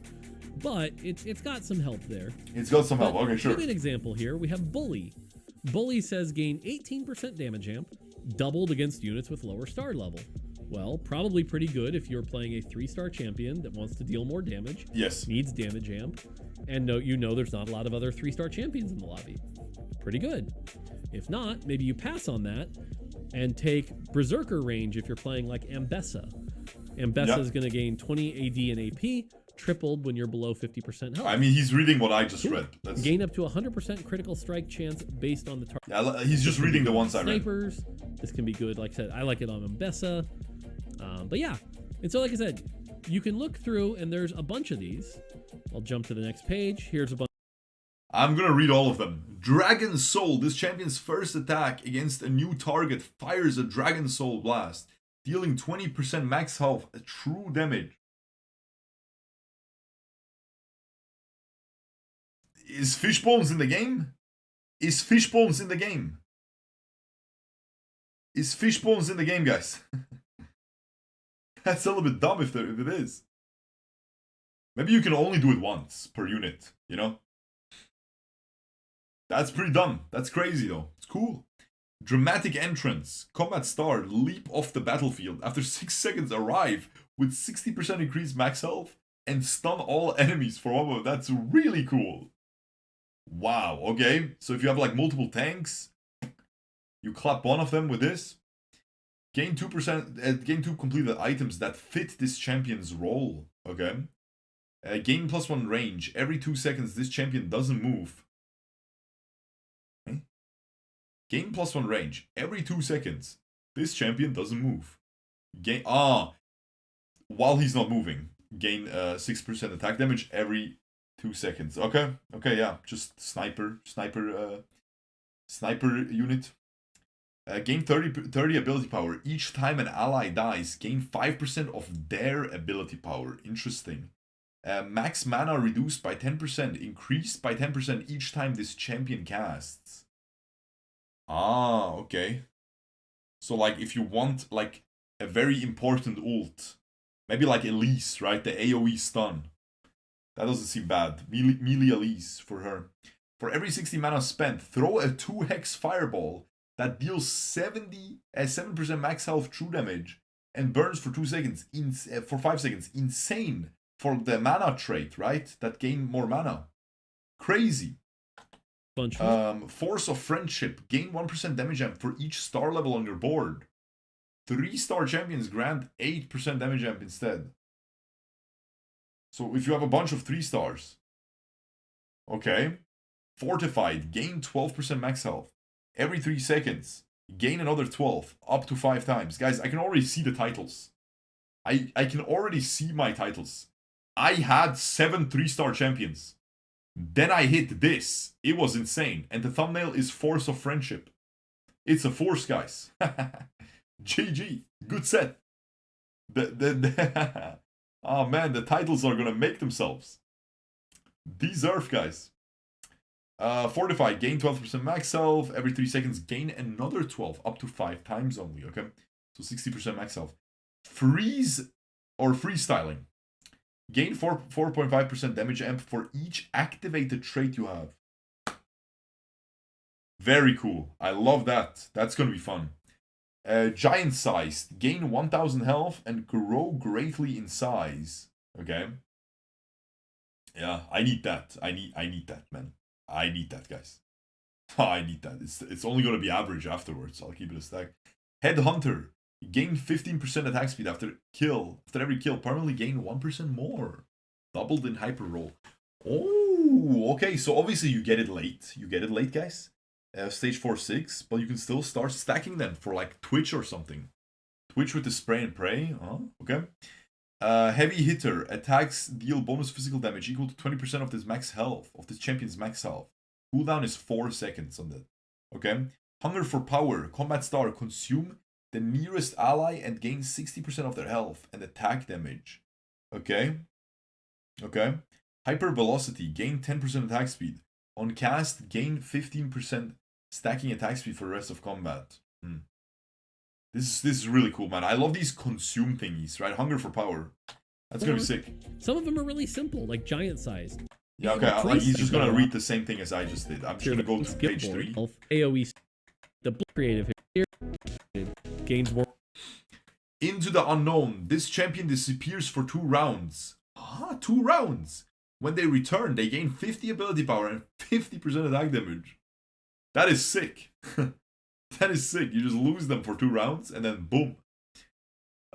Every invisibility, every 4 seconds, turn invisible for a second. The next attack has 100% critical strike chance. Kill streak, gain 30 mana each kill. That's really cool. Knockout, gain 15% attack damage. The next attack after casting gains 35% critical strike chance and deals 110% true damage. Okay. That's crazy. So on a low mana cost, that's insane.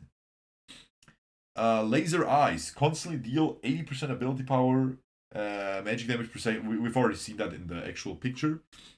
On first death, revive to full health, gain 50% attack speed and 20% omnivamp, but lose 12.5% health each second. That is really cool. So Cyan passive, basically.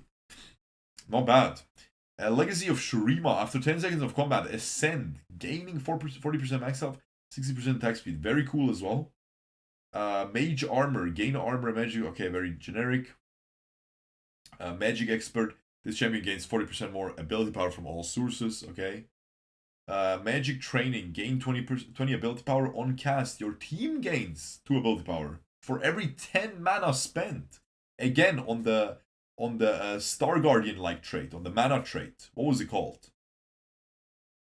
I don't know, I forgot. But you know, the mana trait, the percentage mana. Mini Me's, gain 3 minis that deal 30% attack damage every 3 attacks. Gain 3 minis that deal 30% attack damage every 3 attacks. Their attacks reduce armor by 5. Oh, it's probably going to be like on the champion you juice with this. They're going to have like 3 little balls. They're going to have like 3 little balls that to shoot. Nah, I don't think it's trench coat, guys. It's just going to be like bees, yeah. It's going to be like the bees. Miniaturize. Transform into an item that gives 50% of their attack damage, ability power, armor, and magic resist. Equipped items pop off. So you have like a Giga unit and you just delete it and you get an item instead. And you can just roll for that unit again. You just get that unit back. Interesting, man. Nothing wasted. When an ally dies, gain 100% of their current mana. That sounds insane as well. Okay. 1,000 cuts. For the people who played set 8, the admin on ally death gain mana. That was insane. So this is gonna be crazy. Potentially on certain champions. Attacks deal 30 bonus true damage plus 15 true damage for each time the target was damaged by this effect. So that's gonna be crazy with like Ginsu's, right? Power absorption. Gain 30% attack damage. Each time an ally dies, gain 5% of their attack damage. Okay. Not bad. By the way, that 1,000 cuts thing, attacks deal bonus true damage, that's going to be crazy on Kog'Maw, right? Kog'Maw gaining attack speed on cast.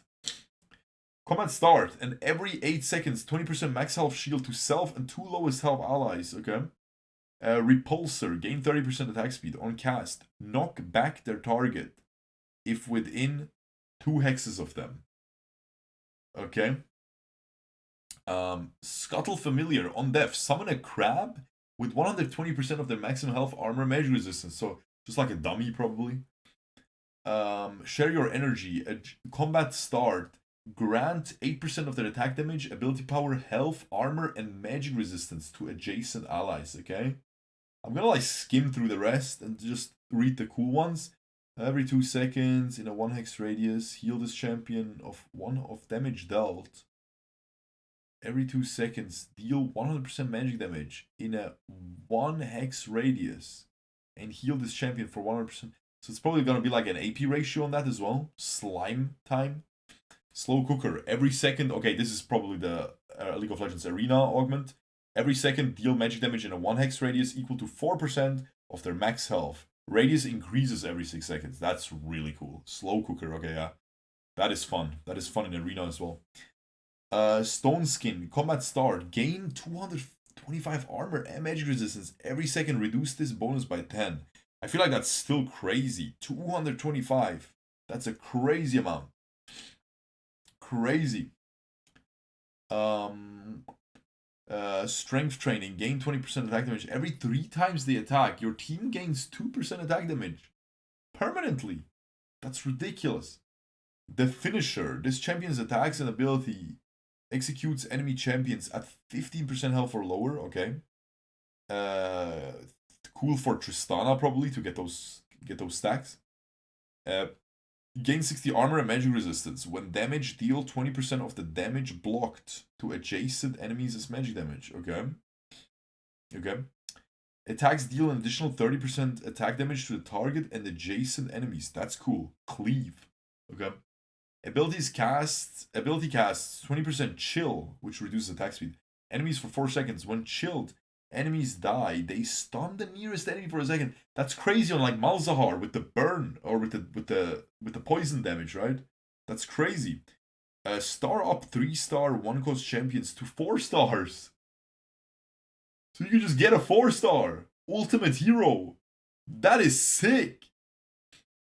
Remember, with the newest patch, they buffed 4 stars. 4 stars were really bad, but with the newest little 4-1 patch, they buffed 4 stars to be a little bit more impactful. No, it's not all of them. It's you place a champion into that. It's a little thing. You place the champion into it. All of these bonuses are to 1 champion. On takedown, charge the next target and stun them for 1.5 seconds. Then heal 10% max health. Summon 2 wolves that attack with 20% of this champion's attack damage. That is cool because Tristana can farm infinite attack damage. Boom.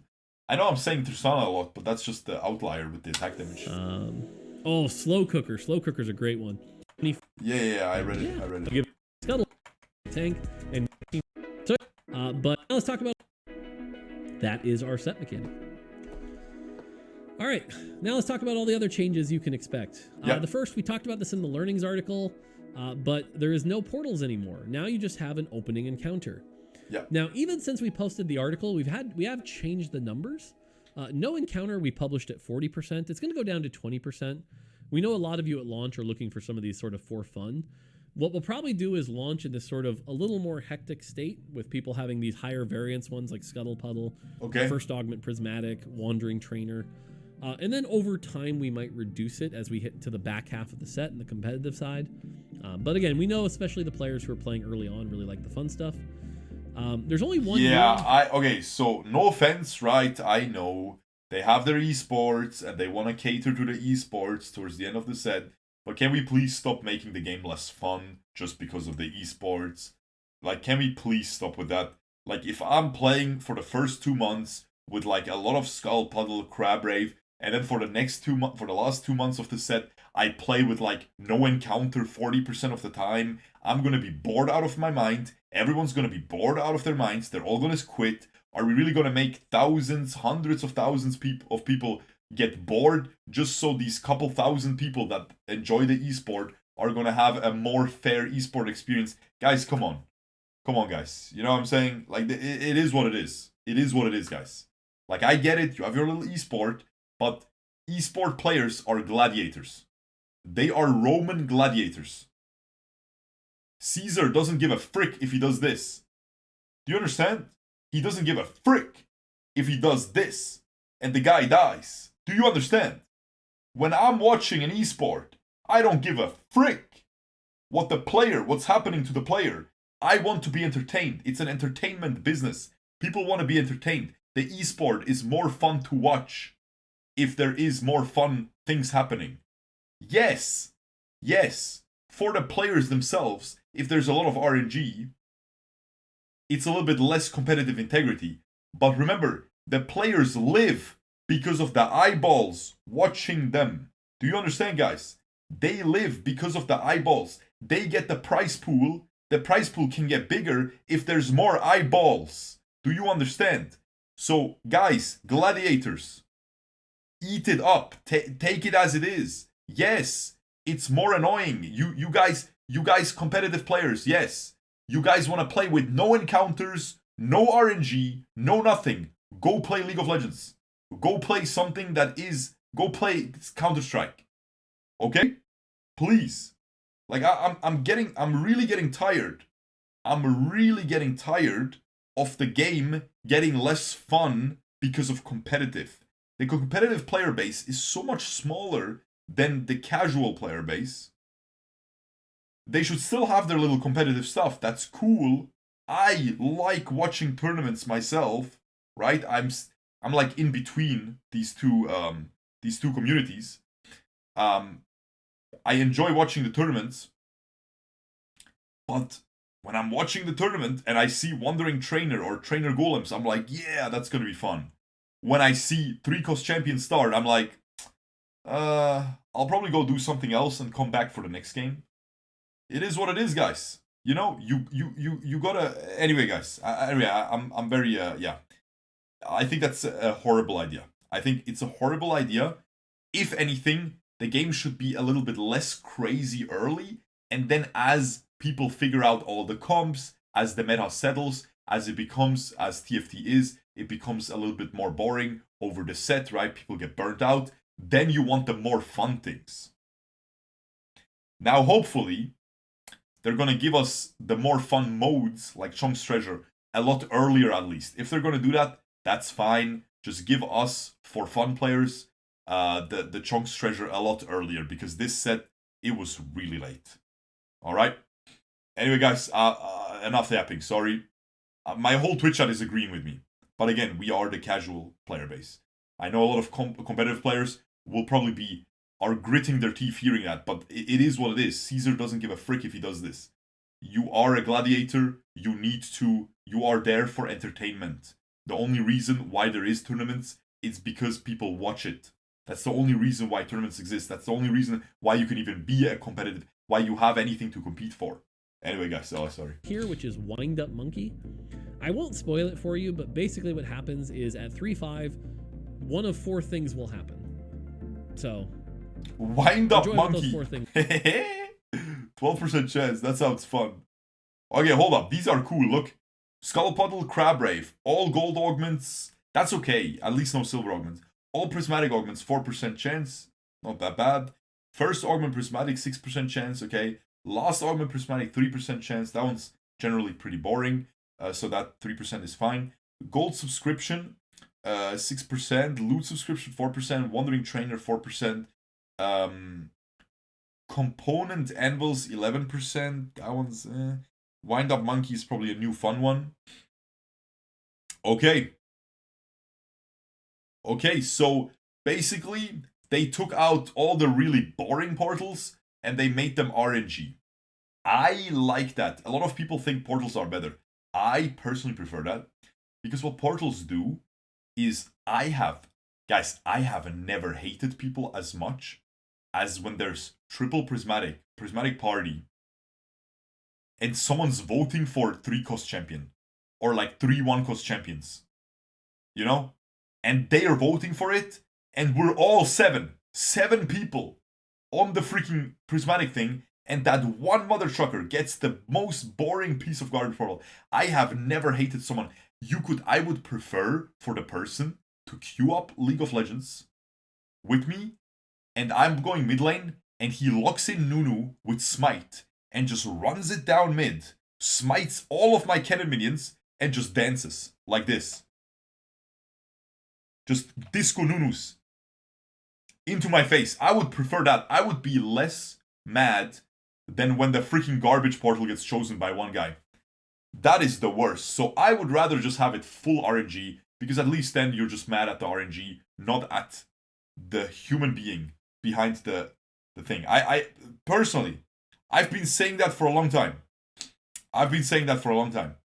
So I like this. Things are. I won't spoil it. Because like sometimes you're like ranking up, and like I don't give a frick, man. Even if I'm on my main account, I don't give a frick. I just want the fun things, right? And then oftentimes I'm the only one voting for the fun thing. And then it's like, okay, like all these other people just want the other thing. They're probably going to get it, right? Sometimes I'm the piece of garbage getting the fun thing and all the others are mad at me, right? But if it's full RNG, I feel like it's going to happen more often in like higher ranks and like tournaments and stuff. I feel like it's more fun. Yeah, but pretty sure this one will be pretty well liked. So, but we'll keep an eye on it. Powder's just trying to help, you know? All right. All right. The item UI. I've talked about this on Twitter, but if you missed that, the item UI has completely changed. Items are no longer these little cubes that sit in the corner. There's now an entire item UI right next to your trait tracker that has 10 slots that expands to 20. So if you're ever doing some crazy hectic cash out or big transition or something like that, you're going to have plenty of room for your items. You can rearrange them. You can do stuff like that. And the other thing to note here is that reforgers and removers stack. So you can see here I have 2 removers. They don't take up 2 slots. It's very good. Nice. So very good. Finally. Long time coming. The first 1 to 3 games, it's going to take some to get used to, especially if you've played TFT for the whole time. Yeah, of course. We've been out. But that's fine. It's very good. It takes a bit to unlearn. So I assume when you scout, you can probably see on the left next to the traits also the enemy items. Very good. Because obviously you need to scout. But once you do, it took me about 3 games. It's better. It's a lot better. You're going to love it. You're going to be like, this is so much easier. But like I said, your first few games, you're going to be like, where's my item? Oh, right, they're over there. Oh, where's my... Oh, you know, it's going to take you a second. Yeah, no, of course. But that's give it fine. a try. I know change of version can be a terrible thing, but I promise you, get over that hump, that learning hump, and this is... No, don't worry. No one's going to complain about this. No one's going to complain. No one reasonable is going to complain. He's like making it... He's like shielding the game from the complaints that are coming. He's like trying to say, don't worry about it. Like he's like predicting that a lot of people... No one's going to complain. There's no way. If someone complains about this, they're insane, moronic. There's no way. This is perfect. It's better for the long-term game. I promise you'll like it. No, yeah, of course. Don't like. No one's gonna complain, man. All right, other changes. To level up to 10 is going back up 8 XP. We found without charms. Yeah, of course. Without charms, you can actually reach level 10. With charms, you always have to buy charms. You always have to roll all your money, so it makes sense. There's a lot of gold in the game. In a lot of our internal playtests, we were getting to 10 a little easier than we'd like. So level 10 is going to be a little harder. Not 8, not 9, just 10. Mana generation from post-mitigation damage is going to go down from 5% to 3%. The TLDR of what this means is the amount of mana you gain from taking damage is going to go down. Yes. This becomes really necessary when balancing 3-star tanks and melee champions. Okay. So they're just going to get less free mana for existing. Less likely to go infinite when they take damage, heal, take damage, heal. Okay, sure. Probably referencing Wukong from this current set. So, item removers. We added the new rule in the middle of the last set where you would get an item remover if you didn't already have one. That led to some weird feels bads where you'd like force yourself to use it to make sure you get the next one and you didn't really need to. So we're simplifying it. Now it's just you gain an item remover every PvE round. Cool. If you already... Yeah, sure. Some people will complain, again, the competitive players will complain about this using less skill because now you don't have to remember that you have to use your item remover and then, later down the line, of course, yeah, now you can just stack them up throughout the game and then late game you can just easily remove. Yeah, of course it takes away some skill, but it makes it a lot more comfy. And a game should be comfy, right? Guys, it's a game. You should have fun. It's going to make it more fun. Already have one? Because I'm just saying that because I heard a lot of competitive players complain about how even this change to begin with, where you get removers guaranteed, made the game a lot less skillful. Yes, of course it did. But again, guys, there's a lot of people that are just trying to have some fun playing a video game. Not everything has to be a crazy cutthroat sport. Go play Counter-Strike. I know this is a bad take, though. Go play Counter-Strike. If the competitive players enjoy this game and they want to be competitive about this game and they want to play tournaments, but you gotta open your eyes a little bit and realize, okay, but like 99% of the player base doesn't care about any of these things. They just want to have fun. If we want to enjoy our esports, maybe we should allow that 99% of the player base to have fun. Otherwise, if they all leave, we will have no esport. Maybe, maybe look a little bit into the future, maybe. Instead of complaining about something like, about a change that doesn't impact competitive that much in the grand scheme of things, right? The removers, but helps the casual players so much, so much, crazy much, right?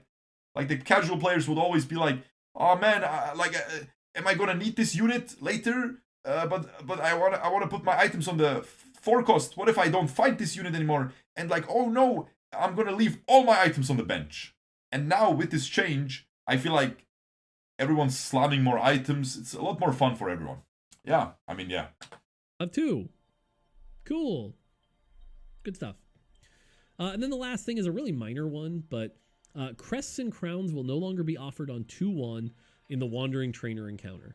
We like Wandering Trainer, but there's just something about like, okay, I got the portal emblem on my golem into a free 2-1 portal emblem. That's a little over the top. That is dumb, yeah. We don't mind it at 3-2 and 4-2 so much. Sure. But at 2-1, it's a little much. Makes sense. There were certain traits in this set, especially like Black Rose and Chem Baron, that having that big a start early was just not okay. Yeah, Chem Baron, so especially with the cash out. A bit of a nerf to that portal. Reasonable. Counter. It's also gonna, in general, lower. This is a good change. So what competitive players are saying all the time is, on trainer golems, you should never get any of these emblems. The emblem augments should be disabled, which is crazy. Let's take out all the fun out of the game, sure. Crazy. But basically, this is a nice little midway point. Because yes, it feels really bad to load in, scout the lobby, Frost Emblem on Golem, Frost Emblem Augment. And you're like, the game started 30 seconds ago. I feel like I'm already losing compared to this person. That is pretty lame. Getting it later, again, is still gonna be a little bit lame. But when you get it, it's very fun. But remember, this is gonna lower the chance. Because if you're not gonna, if you cannot get any like Frost Emblem at the start of the game, now you only have 2 more augments that are left that you could hit the Frost Emblem. So it's gonna make it a lot less likely for you to hit those chase traits very easily in this trainer golem situation. So it's a good change. All right, augments. Again, I'm not gonna because I feel like it makes both sides happy, the competitive and the casuals, read every single augment here, but the augment team cooked. This is one of the sets where we're doing a very large augment refresh. There are a lot of new augments, so you can pause the video and take a look. That is good. Favorites. Should we go through them? I'm not gonna go through all of them. Oh frick, bro! Like I keep it a buck, guys. I'm getting a little bit dizzy. It's too long already. Power up. Your next augment is 1 tier higher. That's sick. Silver augment. Okay, I'm especially gonna read some of the silver augments because in my opinion, silver augments are very boring nowadays. Like most of them in this current set are extremely boring, and I don't enjoy them at all. To a point where I vote for the Golden Gala portal because at least it phases out all silver augments. I really enjoy that portal. But yeah, your next augment is 1 tier higher. That is so cool. After each carousel, gain a copy of a champion that wasn't chosen and the items they were holding. Gain 1 gold. Interesting. Doesn't sound that strong, but interesting. Increase your current and max player health by 20. On carousel rounds, you are released earlier, but much slower. Titanic Titan. Increase your current and max player health by 20. Okay. Interesting. After winning player combat, gain 1 gold. If they had more health than you, gain 3 gold instead. Okay. By the way, that after carousel, gain a copy of a champion that wasn't chosen and the items they were holding. Imagine like late game, there's an emblem on a champion, and no one's playing that trait, so no one's gonna take it. And you don't intentionally take it, you take something else. So it's left. Boom! GG! Do you understand? You get double emblem. Crazy. Interesting stuff. I'm not gonna read all of them, guys. It's too much. It's too much. For every 14 ally champions that die, gain a random component. Interesting. Your next shop and every 4 shops contain all tier 3 champions. Rigged shop. That is sick. That is so sick. So 3 cost reroll. Insane. My favorite silver one is right at the top here. Power up. Yeah. Next augment. That is a cool one. I'm going to skip to the gold augments. Mind health. If you lost streaked and then are playing. Your team can no longer critically strike. Convert each 1% critical strike chance to 1% attack damage. Gain a sparring gloves. Okay. Okay. Gain a rep buff. Your burns deal 50% increased damage. Pyromaniac. Gain a training dummy equipped with a random emblem that fires ranged attacks at enemies. Power defense. Okay. The next 3 times a player is eliminated, gain an item from their army. That is sick. Tomb Raider. Tomb Raider 1. So it's probably Tomb Raider 2.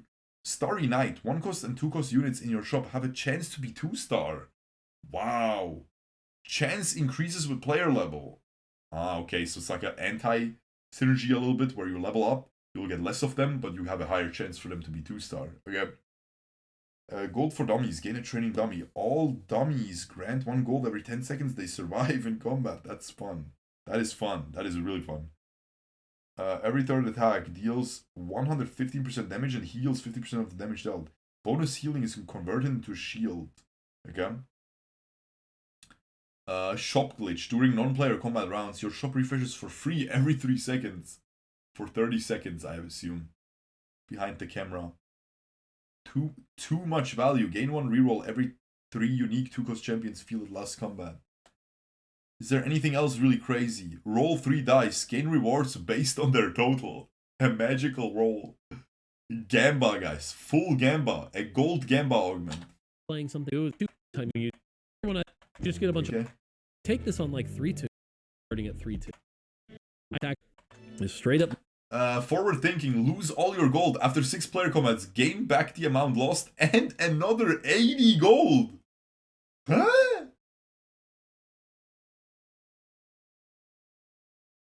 What if you have 0? Huh? Because you can just buy the shop. Let's say you have 20 gold. That's beyond broken.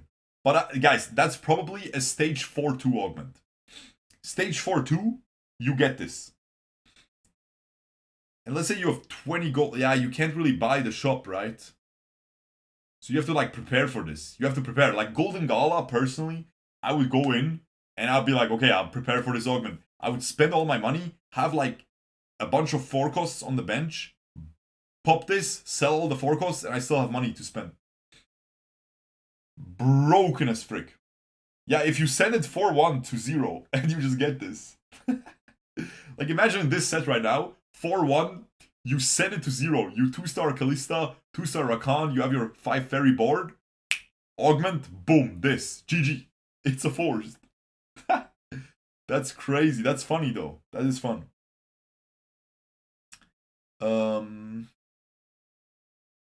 Okay. Golemify. Golemify. Lose all units. Gain a golem with 70% of their combined health and 50% of their combined attack damage. Oh, hell nah. That is so cool. Bro, that is so cool, no? Lose all units. Not bad, guys. They cooked. They actually cooked. Start of each turn. All units holding a frying pan or spatula item grants their nearest something. Their nearest something. I can't see because of the camera. Lose it all. After 6 player combats, get it back, and another 80 gold.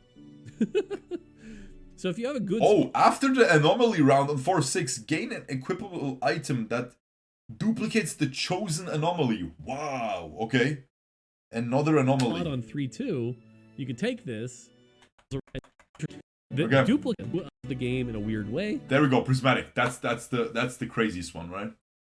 Gain a Tactician's Crown. Tactician's Crown, Shield, and Cape grant the holder an additional 30 attack speed, 40% attack damage, and 40 ability power. That is crazy. That is pretty good stats. Prismatic Augment. Okay. Champions holding exactly one item will upgrade that item to Radiant. Gain 2 removers. Thieves' Gloves counts as multiple items. Okay. So you can go put one item on every champion and you can just have like 8 Radiant items. That is so cool. That is really cool actually. Like one item tanks. One item tanks is very viable with a Radiant, right? Nice. Not bad. Every time a player is eliminated, choose one of their items to keep. Okay. The next non-player combat round will drop an additional prismatic orb full of amazing loot. All gold and prismatic orbs contain even more loot. That is really broken on, or very good at least, on Skullpuddle and Crabrave, because Skullpuddle and Crabrave, they guarantee 1 gold orb, I believe. Maybe even 2. Oh man, that Radiant thing will be exciting. That will be so cool. Roll 3 dice. Your max level is 7. Gain 1 Tactician's Shield and 60 gold. Okay. Your max level is 7 for like a reroll comp. Okay, interesting. And you get a Tactician's Shield, which is just +1 team size, right? All units in your front row become clones of the centermost unit in a row. Clones have 100% of the original health and deal 40% less damage. What? So you can just put a bunch of trash and they all turn into a 2-star Garen tank or something. Yeah, it's Infernal Contract, but better, right? Because you get a +1 team size. Whenever an ally champion dies, your team permanently gains 15 health, 2% attack damage, or 2 ability power based on the dying champion's roll. Bro, you can just int people and... Oh, that's so cool. Gain a Zeke's Herald. Champions buffed by Zeke's also gain 35% critical strike chance. Okay. Gain a red buff, a blue buff, and a greater duplicator. Weird. Weird. Gain a Tactician's Cape and a random emblem. Random emblem, okay. That's not bad though. Okay, cool. I realize I didn't put the names on them here, so I apologize for that. At the start of each turn, your benched completed items transform into a random artifact item. Oh, so it's not... Oh, gain an artifact anvil. So it's like it's like the thing. It's like What the Forge, but you know, not beyond broken anymore. You have to int 1 round. You have to giga int 1 round. Okay. Ah, and you can keep certain items. True, you can keep armor pen and heal reduction. That is very, very decent, actually. But you can still see. But you have to effects. int around. Inting around is crazy. Guess the names here. Sorry about that. Oh, but it's just at the start of each turn. So you can int at PvE. It's fine vintage, but artifacts, but you can int at PvE. So you don't actually lose health potentially. Non-player, and if the is that it for these? Also grant +75 health. Gain 4 giant spells. Your giant spells gain +75 health. Interesting. The Zeke's Herald one. There's we call these one lightning bolts. They're similar to other augments that have existed in the past. New augments, other augments. Blazing Soul. Your highest attack speed champion is set ablaze, granting them 20% attack speed, and this effect spreads to a new unit every 3 seconds.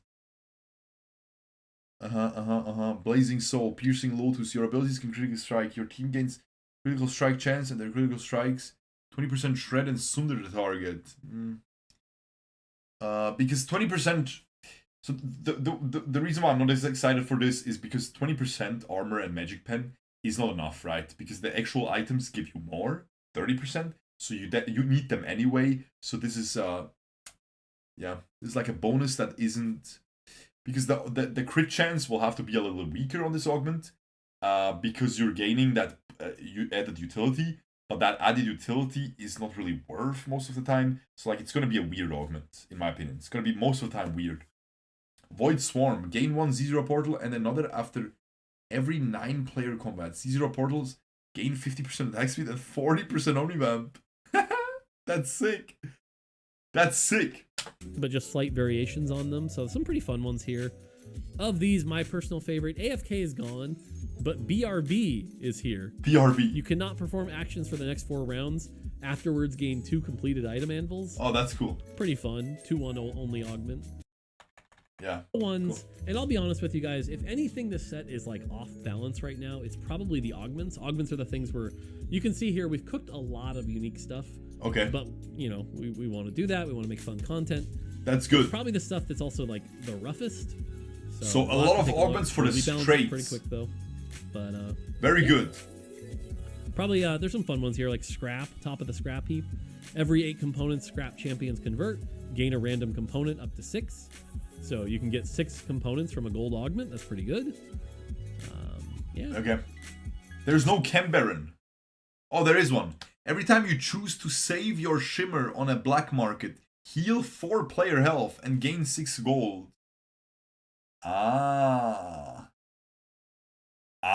So if you want to save your shimmer, you can get a bigger cash out. Oh, okay. Heal 4 player health and gain 6 gold. Wow, that is ridiculous. Sentinels gain 8%. That's going to be a cool augment. Okay. Champions are silver. So for example, we have Mad Chemist. Turn your singed into the singe that runs around. Cool. New augments, hero and team up. Trait, sisters. When Vi scores a takedown, Jinx gains 50% attack speed for 5 seconds. When Jinx scores a takedown, Vi gains 40% attack damage for 5 seconds. Gain a Vi and a Jinx. Jinx is a legendary. The gold augment giving you a Vi, a 4 cost, and a Jinx, a legendary. That is very cool. And they have like a team up augment. Wow. Very cool. Prismatic augments as well. Vander gains 35% max health each time Silco casts. Gain a 2-star Vander. Vander is a 2 cost if I remember correctly. A Silco and a Spear of Shojin. Silco is a 4 cost. Silco gains 8 permanent ability power each time Vander dies. Okay? Vander is the tank. That is sick, guys. That is actually really cool. They really cooked on the augments. That's always my favorite, right? The new augments are always my favorite, guys. Augments are the best thing about TFT in my opinion. So this is very nice to see. They add the most replayability to the game, in my opinion. They make it the most fun long term. Where, you know, when an augment completely transforms your game, you know, and it's like rare to get that augment. It's very cool. You can always look forward to that.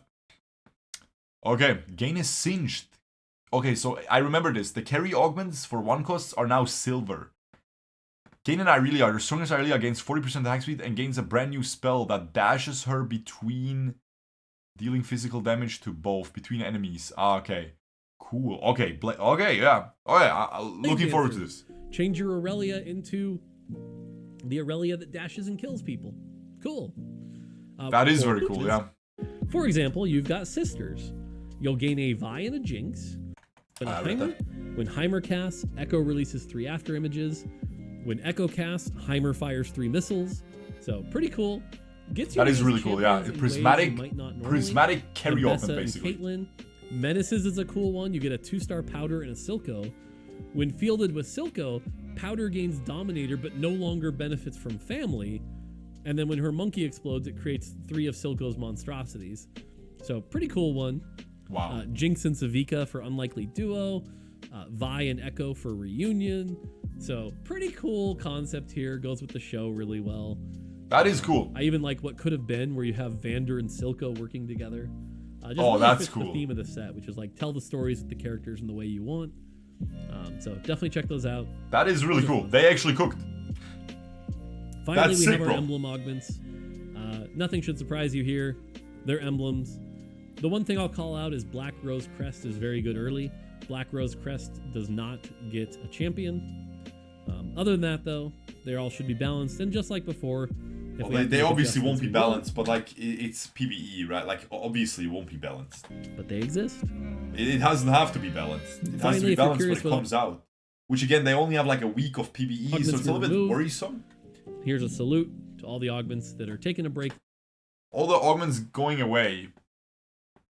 Metabolic Accelerator, yeah, Avenge the Fallen, big gains. Yeah, all of these are boring. Bronze Ticket, sure. Bronze Ticket was not a gold augment. What? Capricious Gloves, sure. Escort Quest, sure. Explosive Growth, Learning to Spell, yeah, sure. You have my bow. Unified Resistance, yeah, these are all boring, right? Tiny Titans is not gold, but yeah. Yeah, sure. Stand United is pretty fun, but oh well. This set. So, Escort Quest is going to be gone. AFK, Combat Bandages. Yeah, look, a lot of the boring stuff is gone. Great. A is gone, sad. Good stuff. Featherweights. Oh! Removed augments and upgraded adventure is gone. That's sad. Assassin's Toolbox, yeah, that one's trash. Blossoming Lotus, yeah, not really fun. Final Ascension is okay. Giant and Mighty, nothing really crazy. Impenetrable Bulwark. Marksman's Toolbox, Spellcaster's Toolbox. I like these two though. Tiny but Deadly and What the Forge. Yeah, okay, they removed a lot of the very generic ones, right? But upgraded adventure. I want to see Item what he ladder, says. Precise Planning, Silver Veil, Toolbox, Spellcaster, Assassin's Toolbox, Final Planning, Silver Veil, Upgraded Adventure, Assassin's Toolbox. He doesn't say anything about it. Marksman's Toolbox, Spellcaster's Toolbox, What the Forge.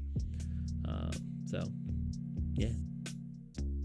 He doesn't say anything about Upgraded Adventure. That's kind of sad, no? Because that one is cool. Golden Quest still there, yeah, true. Not really removed because there is a similar augment. Yeah, What the Forge is not really removed. It's the same thing. Similar. Just more balanced, I guess. And more agency for the player. You don't just full RNG everything. You can keep your heal reduction. And then we have a couple item changes here. And don't let me forget, there's one that's not on the sheet that I need to talk about, nice. I think. Attack damage on blue buff. I can't remember. Did blue buff have attack damage? Blue buff got one of the bigger changes here. Blue buff now doesn't reduce their max mana by 10, instead gives them 10 mana after casting. So kind of the same effect, but a little less warping. So this is a bit of a nerf to blue buff. It is going to gain some more starting mana, but yeah, so a bit of a nerf to blue buff. Sure. Hand of Justice gets a big Dementia buff. Hand of Justice, oh, now I remember what it is. Okay. Hand of Justice is going to get the same thing where you get the AD, the AP, and the Omnivamp, but instead of it being random, if you're above 50% health, you get the offense, and if you're below 50% health, you gain the Omnivamp double. Okay, cool. That's pretty cool. That's pretty cool, yeah. Deathblade gets 5% more AD. That's actually really good.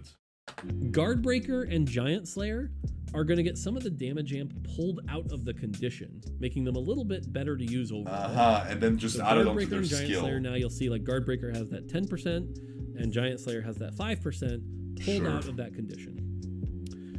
Gunblade. Gunblade gets changed in that it used to be 15% Omnivamp and heal the lowest percent ally for 15%. Now it's 25%. Gunblade's a very good item. Do not sleep on Gunblade now. Okay. But most of the healing actually goes to the lowest ally, not the Omnivamp. Okay, sure. That's cool, yeah. Quicksilver is going to be a little bit changed. The duration is going to be longer, so it should be more valuable. And then the one I forgot to add here, because it came in a little last minute, is Sunfire. Sunfire actually got a buff where it now gives 8% max health as well. So Sunfire now gets to be a better tanky item. That's not bad, yeah, because no one builds Sunfire nowadays. Pretty good. Lastly, on the artifacts, we launched artifacts in the For Fun patch to kind of get a grasp on them. We wanted to kind of push the envelope to see okay, they're just changing from we did that the now, previous. And It's now just we're going to balance be pulling changes, back right? on them. Jewel's going to get nothing crazy here. Whereas Ambessa is going to like Trinity Force. This will get changed a million times, right? And Unending Despair. We did it. We made it. So we made it. My video is probably 3 hours. Overall, we've been playing this set for quite a bit. I really enjoy it. I have a lot of fun with it. I hope you guys do too. When it goes to PvE, play it. Let us know. It is going to be a very short PvE, so... Alright, so we'll be sick. I'm looking forward to it, guys. But, how much did this take? 15 hours. It didn't take 15 hours, bro. We have been putting so much love and care into this set that we really hope this is... Can you react again? I missed it. Yeah, bro. Don't worry, man. Let's go again, guys. Hey, everybody. Riot Mort here, and Yo, it is what's up? time to talk about Teamfight Tactics into the Arcane. Nice, guys. I'm excited for the new set, you know? New set is coming, guys. I'm so excited to share the hard work from our team, from our set lead Sean, Julian, Ryan, Milo, Winston, Tori, Peter, and so many other people that contributed to the set. This is a big deal. Into the Arcane. I wonder what's in the set, man. And it's going to be a banger. There's a lot to be excited about in this set, a lot to talk about, and I can't wait to share it all with you here. So hopefully by now, I'm filming this Saturday afternoon. All right, anyway, I think that's it, guys. That's it. Guys, I hope you enjoyed. That was crazy long video. What the frick am I doing? Hope you enjoyed this, guys. Yeah, let me know what you guys think about the new set. And if you want to watch this video again, I'll be linking it in the comments. Yeah. I hope I'm not gonna get demonetized by his music. I probably will. I'll keep it a buck, guys. Yeah, it's gonna be exciting. I think today when I upload this, the PvE will already launch, as far as I know. So I'll already have the day after. I will have some YouTube videos of it, hopefully. Hope you enjoy, guys. Subscribe.